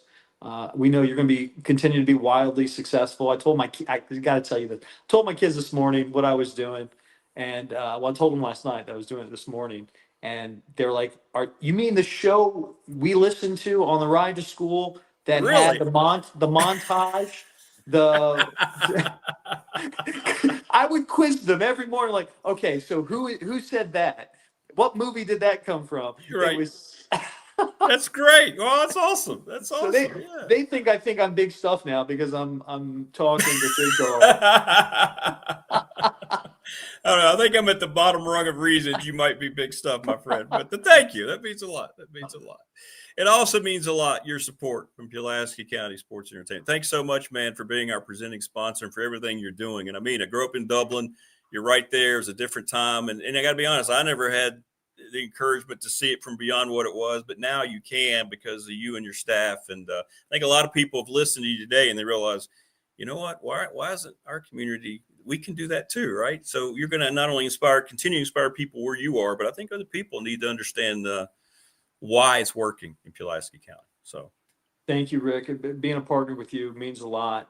And I'm humbled to serve Pulaski County. This is really one of the greatest communities in the Commonwealth. And we're just going to make it better. We're going to leave it better than we found it. Thank you so much. Thank you, man. Thanks for your time. I know how busy you are. And if I don't see you before then, I'll see you at Dedmon very soon. Look forward to it. Go Highlanders. Go Highlanders. There you go. Thanks, Jonathan. Take care, brother. Have a great day, man. Yes, there you go. All right. How about that guy? Didn't I tell you about that guy? Remember I said you listen to that guy and you just go, wow, how impressive is he? See? Did I lie? I love all the people too. Yeah, Jonathan's in pretty good shape. Yeah, I don't know if you noticed that. People are saying that guy needs to hit the gym. Yeah, he takes care of himself. Great dude. And again, that's nothing but positivity, right? And genuineness. No disingenuous. Like, you know what I'm saying? And you pick up on it immediately. And the fact that they chose to partner with me in the new show, when I was going all these uncharted waters. Talk about uncharted waters, right? Pulaski County, this show going to YouTube. I don't know what the hell is going on here, but that helped make the transition. Thank you. Thanks, Chris. Yeah, it was great. Chris Stafford joining in. Good to see you, man. One of my favorite all-time people and politicians. By the way, the sun, no, it was funny. Jonathan comes on. We've been doing this show now for 6 weeks, and I have an open door. The sun has never done this before. Like, we've had sunny days, but the sun comes through. It just completely, it just kind of incorporated itself. So I'm trying to figure this out here. I don't know which way I'm going to be able to go here. No, that better? A little bit. I don't think it's going away is my situation. Let there be light. It's the new theme. Yeah, those are maybe you can see all my action figures back here. A lot of those were my kids too, and I just kind of kept them around because, when your kids leave the house, and they come in and my boys, they remember all these. So yeah. But I don't know where I can go here. So I hope it's not too distracting. I got to be careful because StreamYard's been acting up. I hope it's not a big problem for you. Thanks to Jonathan Sweet. Dwight Vick's going to join us here. Oh, I got to send him the invite. I haven't done that yet. I got so involved with the conversation with Jonathan, I didn't send Dwight the invite. So great, man. Check him out online. It's exciting. And he works with all the other communities here too. That's what's great. All the other communities. I was thinking about if I flipped around on the table, I don't think it would do me any good either. So I hope this isn't too distracting for you. But there we go. So now Dwight has the invite. Let me let him know. Thanks to all of our sponsors, by the way. Along with the audience, it's been an amazing transition to this format. And I couldn't do it without any of you. Please like, subscribe, share the channel. We're getting there. We got to the first plateau very quickly in a month. It still blows me away. We got to 500 subs. It's absolutely free. Get people to do it. There we go. So I'm letting Dwight know. There we go. All right. Yeah, thank you. Yeah, those are a lot of them are. Yeah, they were mine and my kids. See them back there? I can't really get away from where I'm at, so I'm going to have to just keep trying to turn this thing around here. But the sun is. I got to be careful. All of my cords are over here too. So the last thing I want to do is. Okay, that's probably about as good as it's going to be. The best thing about it washes me out, so you don't have to see me all the time. So yeah, that's the best part of this. But thanks again to Pulaski County Sports and Entertainment for being the title sponsor. Thanks, Jonathan. That was great. Now I'm fired up again.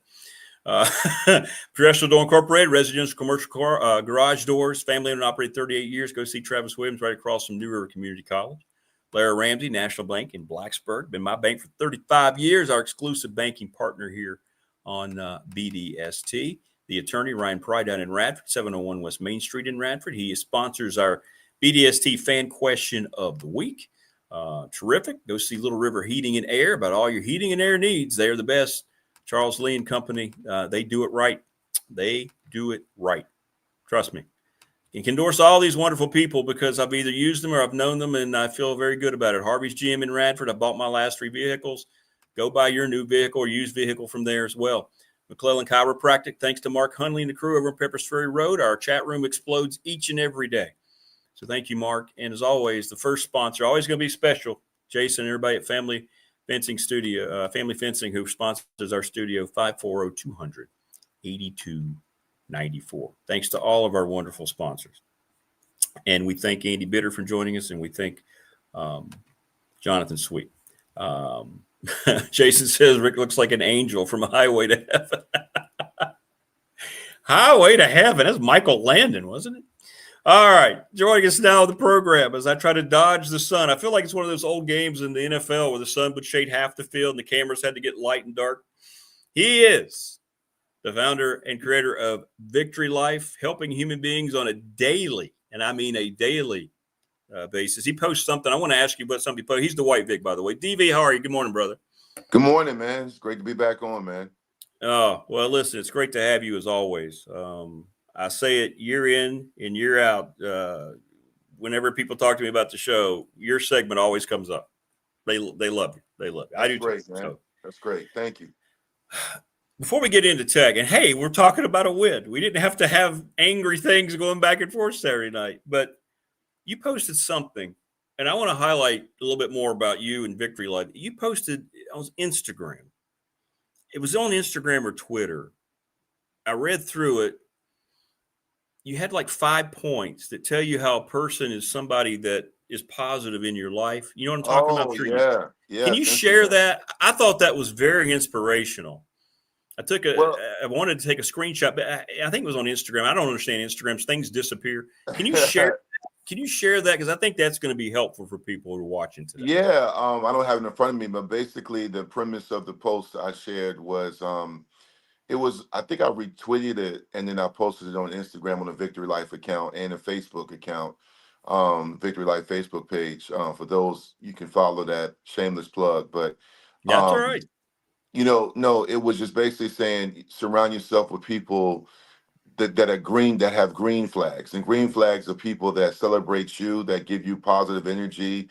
Surround yourself around people that really invest in you and understand who you are, and you feel energized when you once you're around them, and you also understand that when you're around them, they make you feel better about yourself.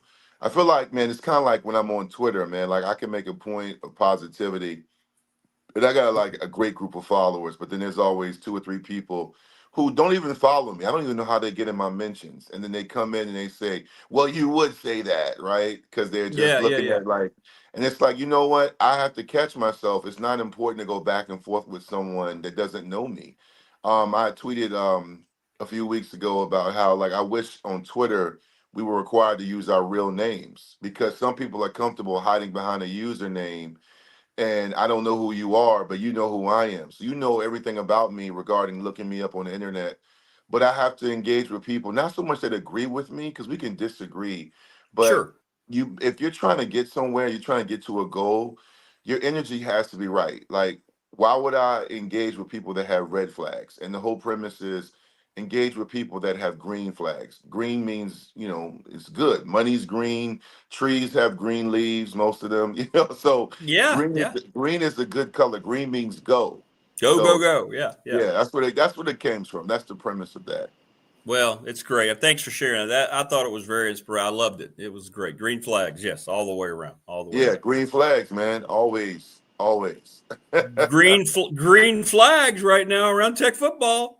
See that little segue there? You got the Yeah. money, which we knew was happening, but more importantly, what did you see from the game itself? What impressed you with how Tech was able to, first of all, to shut down that running game? Hollywood's a terrific back, and we knew that was going to be a key. But what did you like about this team? The difference you saw in this team going on the road and able to win a one-score game? Oh man, Rick, I said going into this season when we previewed the schedule, there's certain teams, and I'm not throwing shade at NC State whatsoever. I remember in Pry's first year, Virginia Tech was down there and they were up 21-10. And that team had very little talent and they gave away that win, but they led Mm-hmm. most of the game. NC State is a team that when we previewed the schedule and we talked about like teams that Tech, could have a chance to beat. And what did I say to you? I said, every year NC State, Miami, they get a lot of hype, Louisville, and then they kind of just Yep. underachieve. Not the Virginia Tech's achieving at a high level. It's just that I think the Wolfpack is a great program. I think they got a really good team. And they should have won that game based on what they bring to the table on paper. But I think you saw a Virginia Tech team that understood the assignment. I think there's so many players you could highlight, from Drones to Noah to Caleb Spencer, the running back. I mean, Monty, the coaches, the head coach, they had the right energy. And, honestly, and I am really not taking shots at pride whatsoever. I just was so shocked at the drastic difference in the energy. Because even games Virginia Tech won, I never really saw Pride celebrate like that. Um, and I think it was just a breath of fresh air. I am so excited to see what they do this weekend because, don't look now, but if you beat Wake, that's 3 games in a row they win. But again, man, like the game plan was simple on offense. It was some great timely passes. Drones kept some plays alive, but I was tweeting the whole game, running the ball, because that was my third time watching NC State play. I saw them against Duke, UVA, and of course, I forgot the other team, and then Virginia Tech. And then in the Duke and UVA games, they gave up big chunk plays on defense. And I felt like NC State was a team that, you catch them sleeping, you can win that game. Sold out crowd too to go on the road. Yeah. First road opener for Virginia Tech. It was great to see them like be the team that we thought they can be. It was cool to see Virginia Tech have a scheme that made sense and a one-score win, which seemed like we were cursed in Yeah. one-score games. I mean, I just felt like Virginia Tech put it all together and showed you that this could be a team. I mean, if you win against Wake and, maybe a couple other games, you can have a chance to be bowl eligible. I did not know how they were going to respond. I know that team, Gosnell in his presser a few weeks ago, before the Wofford game said, look, we're a tight-knit group. We're tight. We're close. A lot of times you hear the word brotherhood, but we really are. And I've heard other players say that. And I know there's been a few guys dismissed from the team and a few that have hit the portal. You almost wonder if it's addition by subtraction. I've seen that. I've coached basketball and football on a youth and high school level. And there was one unfortunate time I had to dismiss a kid from the team. This is basketball, and the kid was an ultra talented person and player, but his dad was a very overly involved father, and he was somewhat Yeah. selfish. Yeah. And the moment I kicked that kid off the team because him and his father had a different agenda from ours, we excelled. We just won 8 tournament championships that year. So I'm not taking shots at kids. It's just that one thing Pride felt like he was, and I've always said this about him in Twitter spaces and in conversations, is that you have to create a culture of competition where just because somebody makes this much money in NIL doesn't mean the guy behind him shouldn't see the field if the guy making that much money is not performing. And I felt like he was a little bit too loyal to guys. And I felt like, Monty having to play some younger guys mixed in with some guys that are playing because of the guy ahead of them being injured. It was a recipe for success, because the one thing, if I had to use a word to describe that win, was hungry. I Yeah. thought those guys played hungry. I mean, just the entire game. I mean, even when NC State took the lead, again, you're on the road, sold out crowd. This is not a team in Virginia Tech that has championship pedigree, but they looked like it for that night. They looked very good. I thought that was in the ACC.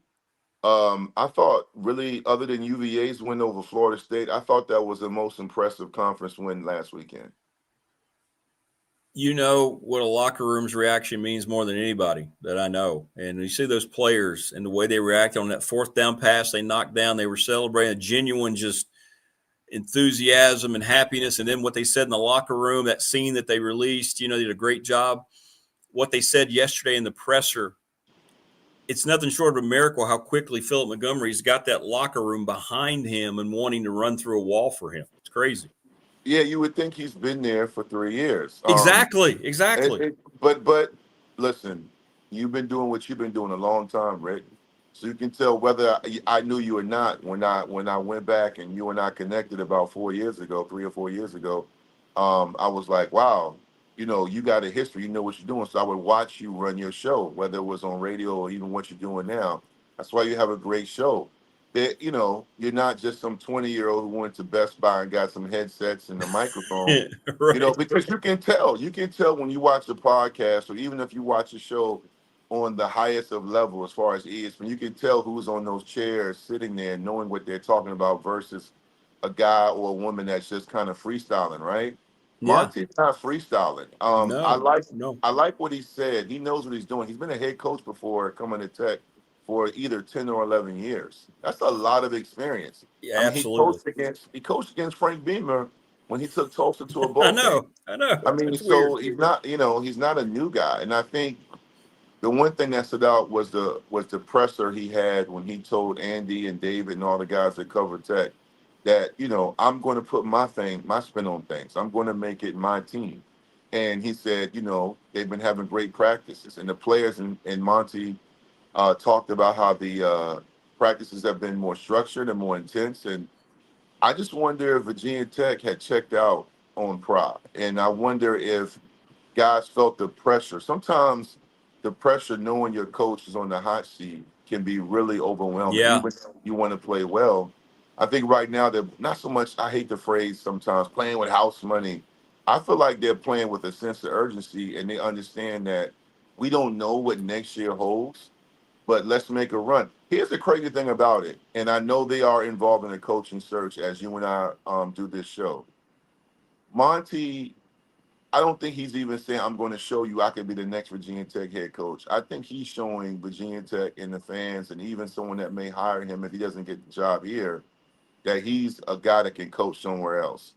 And he's focused on the task in hand. They're tuning out all the noise. I mean, even the pressers, he has commands of the huddle. I watched that game Saturday night with my wife, and she was like, wow, he seems fully engaged with the headset. You know, there was none of this stuff. I hate to, again, it wasn't the writing it Right, down. the constant. Yeah. He had the headset on, and he was talking, and then guys were coming to the sideline. He was like, get back. He was talking. He just was in full command of the sidelines. And you know what? I was 18, 19, and 20 years old at one time, 21, long time ago. And you know when you're playing with somebody that knows they're in control of the room. You know when you're playing for an alpha male.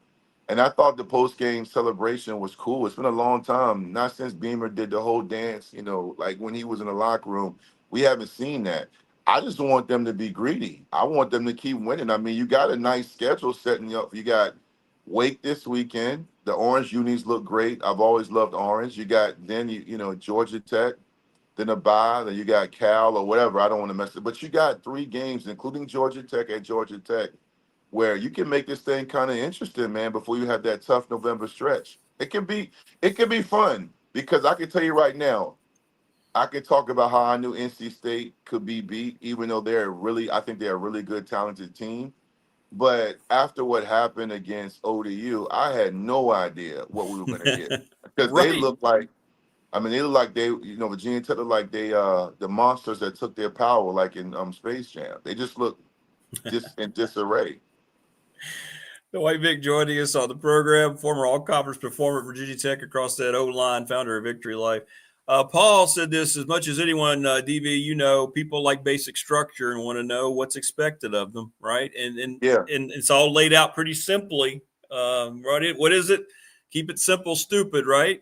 That's what it seems like Philip Montgomery, his approach is. I just feel like guys, are just playing football.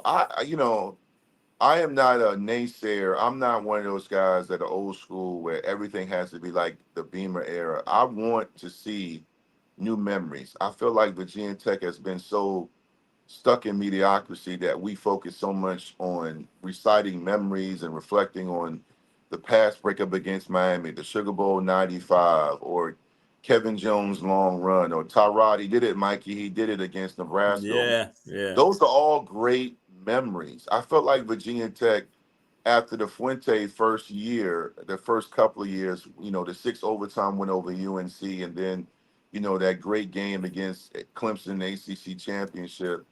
Other than beating UVA, giving them the worst loss in the rivalry, there were no new memories for Virginia Tech under the prior era. There was no memories. We needed new memories. I thought Saturday night was a new memory where you can reflect on that game again when they beat NC State. And I feel like right now, the guys at Virginia Tech are just trying to play ball versus when I talk about I'm not against the 25 and the new stuff. I just want them to play ball. Like I'm glad the Board of Visitors approved the money. That's a game changer if you get the right head guy in. But I don't care for staff meetings. One thing that motivated me to get my own business is I got tired of sitting in staff meetings and meetings when we know who's coming to work late and who's stealing the food out the fridge. Go deal with them. I don't want to have a staff meeting all day to talk about policies. I want to work. And I feel like when I watch Virginia Tech now, at least we can talk about X's and O's and matchups and how the conference is shaping out versus disciplinary actions. I mean, the coaching search is ongoing, but that's okay. I was one of, again, in my humble opinion, one of the few guys that was okay with it. Some people say they should have done it before the season. Like maybe, but at least you did it now where you know what the assignment is moving forward and the kids know what they got to do. And I tell you what, man, there are a lot of kids. The kid Sheldon, I've known him, the safety from Woodbury. I've known him since he was 7 years old. He's up here from my neck of the woods. And he had a great game tackling. You saw them swarming to the football. Yeah. I had to kind of dip into my Google search because some of these receivers, I'm like, who is that? Wait a minute. But they were playing great, and that's a good thing. I'm a blue collar guy. I don't need the hype. I don't care what their ranking was. I want to know the story.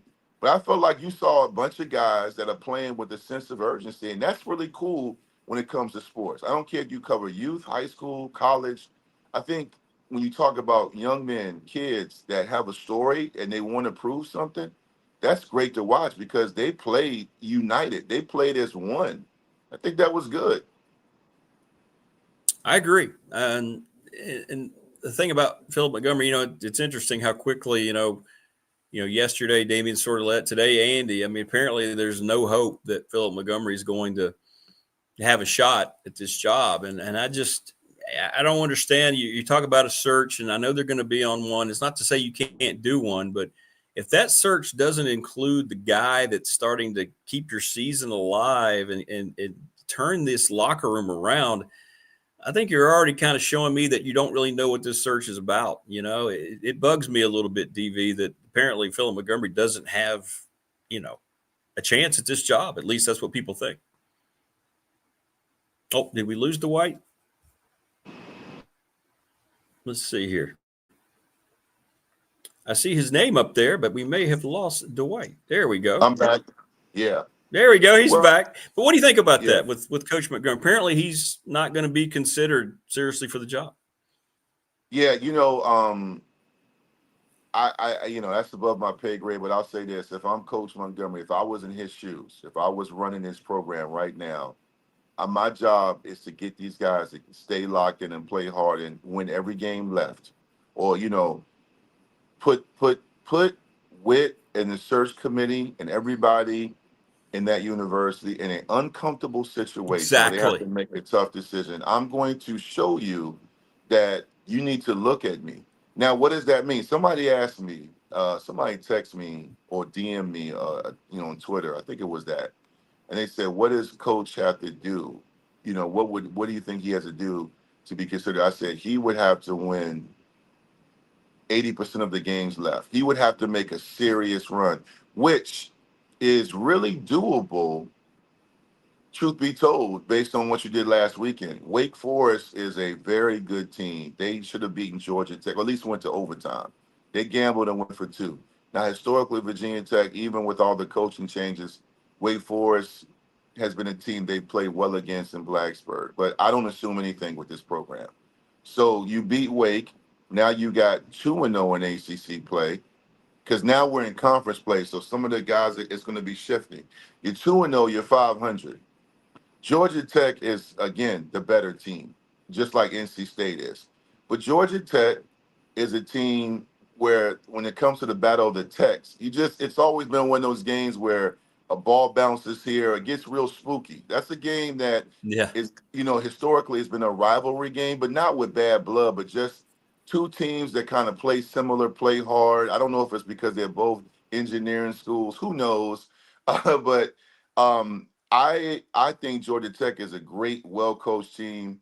We kind of overhyped, including myself, that Clemson win. We started to realize Clemson is kind of going backwards. So that was a great win, but now you're starting to realize Clemson's not as great as we assumed, and why I say we don't need to have preseason rankings and we do the media day voting. The truth of the matter is, look, UVA showed you when everybody picks against you, and Florida State this, Florida State that, they showed you that you just got to go out and play. I'm not trying to overhype Tech and say this team. I know Andy Bitter's like, I'm not sure if this is going to be a win-one-all for the Gipper type thing. However, I have played and I've been in locker rooms. I remember, again, the only thing I can speak on is my experience going 0-2 on the Virginia Tech team that won, the conference and also won the Sugar Bowl. And we just kind of, because at that time they were calling for Beamer to be fired. You know, it Yeah. sounds crazy, right? But we were 0-2.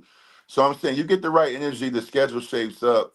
Because right now, that was a great win, but you have to have a short memory, but you have to lock in. Like when Coach Monty came to the presser this week, yeah, he was like, "Hey man, we had a great 2 days. We gotta have another good day. We gotta have." He keeps talking, and Yeah. and I'm like, man, this guy, I like this guy, man. I know. I was like, I don't, but again, I will say this, and I've said this to you on your show last week. This will be the most important hire in Virginia Tech football history, arguably the athletic department, because for the first Yes. time in the history of your program, you got a serious financial commitment.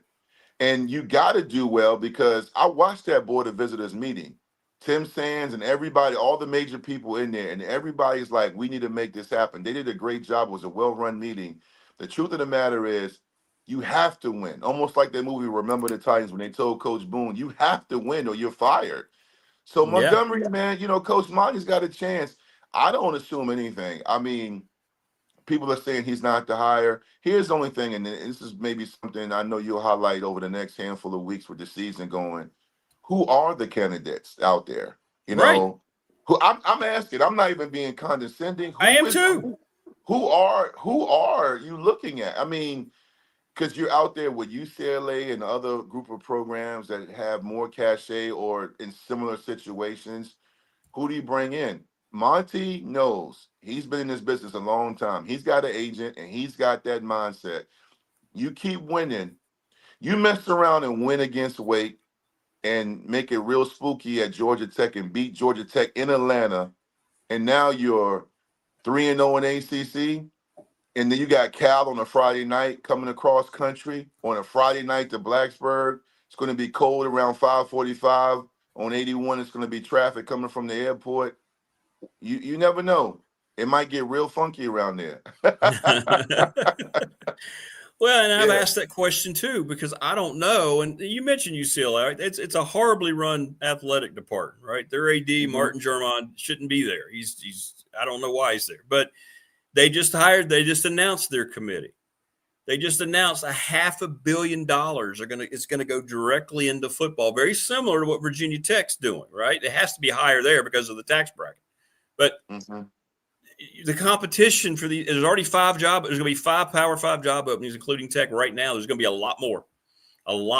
So what is it going to look like? I've asked the same question. People throw out names.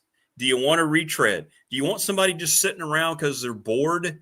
They haven't been coaching? Do you want somebody who's been fired? They couldn't get it done, but that's what you want, the vibe you want in your room?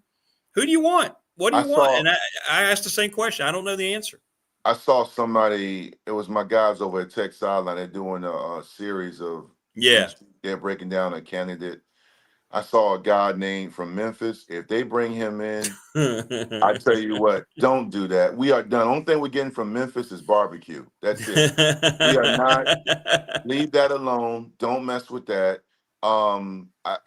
Again, Mullen. I've heard Saban, which is not happening. I heard. Well, again, I shouldn't say because I'm not in that room. The one guy that used to pass out on the sideline from panic attacks, Urban Meyer. Yes. He needs to stay away from football because he was on his hands and knees. He was bending over and getting dizzy. Yeah, I don't want that. Yeah. I mean, both those guys got natties and they both have what we call college championship pedigree. But you need a Virginia Tech coach. I don't mean in the shadow of Frank Beamer. I don't need he doesn't need to be like, a lot of people speculate Witt hired Brent because of his Southern draw and he looked the part and fit the part. You just need a really good coach with credibility that knows how to win. You're coming into a situation where the facilities are great. The money's going to be there. You have the fan base. You have the culture. You have the stadium. It really is set up for someone to come in that understands how to do things to win. 100%. It's not really, and it's not, and this is a great thing. I'm not saying this with all due respect. And it's not really a hard job. You aren't in the SEC yet. Conference realignment part 3 is coming. Yep. You're not in, a conference. Like, I'm not even trying to be funny. Florida State, they're still very good, but they're beatable. We saw that They took UVA lightly. UVA is on the come up. Good program, Tony Elliott, but UVA over the last several years has not had wins. They don't have no championship pedigree. They're a very great school with a good coach, and they got a lot of talent in the portal this year. Wake Forest, no. Boston College, no. Cal, no. Miami, I've said this back when I had hair. Miami will always get the benefit of the doubt. They will always get that, but they have yet to get over that hump. And you wonder, they don't leave Florida. They don't leave Florida, the state of Florida, until November 1st. They don't leave the state of Florida. So they have the most comfortable schedule in the history of ACC football. So how good is Miami? I know they're very good on paper. They look great against Notre Dame. They look great. But the way the ACC goes, don't be surprised if Florida State beats them Saturday night. You know, I mean, we just don't know. Yeah, So whoever comes in is walking into a situation, Rick, where the table's set, the food's thawed out, the seasonings are on the counter. You know, the AC, the heat is whatever you have it on is on the right thermostat. The guest list is there. You just have to come in and make this meal ready, man. You just got to come in and make this cook. The recipe's laid out. You got, you know, all this money now. We realize, again, we're reminded money rules the world, man. It's insane. But I don't know, man. I'm rooting for Monty to win right now. I want him because that's not an easy position to go in to see the guy that brought you in get fired and get destroyed on Twitter and the critics and cynics. And then you got to come in and galvanize a group of young men who are confused and influenced, money, NIL, can hit the portal, and they're staying and playing. And they play for him. He led the whole chant. He led that chant.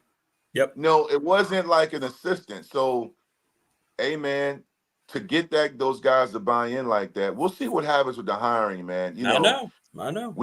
That is not an easy job, to be honest with you, because they're not a lot of great candidates out there. No, there's really not. Well, listen, great stuff as always, my friend. I think Tech fans going to be smiling again after Saturday. And if they're 500, again, more and more conversations going to pop up about Philip Montgomery. But thanks again, man, as always, for all you do, not only here on the show, but for all you do to help other folks. It's amazing what you've dedicated your life to do, man. It's awesome. It's awesome. Thank you. I appreciate it, man. I'm about to post some pictures and videos on Facebook and Instagram. I spoke to the Woodbridge senior high school football team last year. It's great. Last night. Great. Yeah, spoke to them about some of the stuff we talked about with kids and all the things they deal with. So again, I'm honored to be on this show. I'm honored to do what I do, and I'm hoping the Hokies get it done. I feel good, but you know, I'm like a traumatized victim here. You know, I don't want to be abused again. Right. I want no, not making fun of abuse. I'm just saying I want them to really lock in, man. Winning feels good. I love when I come on your show after a win. So I'm hoping they get it done Saturday. I think it sets up nice. 1 o'clock's a great time. I think it's going to be beautiful weather in Southwest Virginia. I think the team and the fans are going to come out. It could be one of those games where Tech jumps on them and they don't look back. That's kind of what I think too. Yeah. I hope so. We'll see. But thank you again, Rick. Thanks, brother. I appreciate you as always, man. And we'll talk to you next week. Okay. All right. All right. There you go. Great stuff from Dwight Vick. Always great stuff from Dwight Vick. Always great stuff from you. Thanks to all of our guests today. Andy Bitter. Thanks to Jonathan Sweet from Pulaski County Sports Entertainment. And, of course, Dwight Vick. Tomorrow, we're going to have Will Stewart will join us, as well as Mike Ashley, Jen, the Gamecock girl, with our picks. Alex Guerre, the head baseball coach at Radford. You know, and we'll get into they have a scrimmage tomorrow night against Roanoke College, I believe, and we'll talk about that. But we're going to get into this whole thing about injuries and pitchers' arms and how you've used the game today and why maybe he thinks so much of this is happening. I think it'll be a good conversation. Thanks to you, as always. Thanks to all of our great sponsors. Don't know where I'd be without you. Well, I know where I'd be. I wouldn't be doing the show. So thank you for that. Please always go like, subscribe. It's free to subscribe. Absolutely free. Remember, on our way to 1,000, you get one person who's already subscribed. You get one other person to do it. We'll hit 1,000. Share our content. Thanks for being a part of it. Finally, Friday football edition tomorrow. Enjoy the rest of your Thursday, everybody. Thanks for joining us. Thanks to our guests. We'll see you tomorrow. Take care. Bye-bye.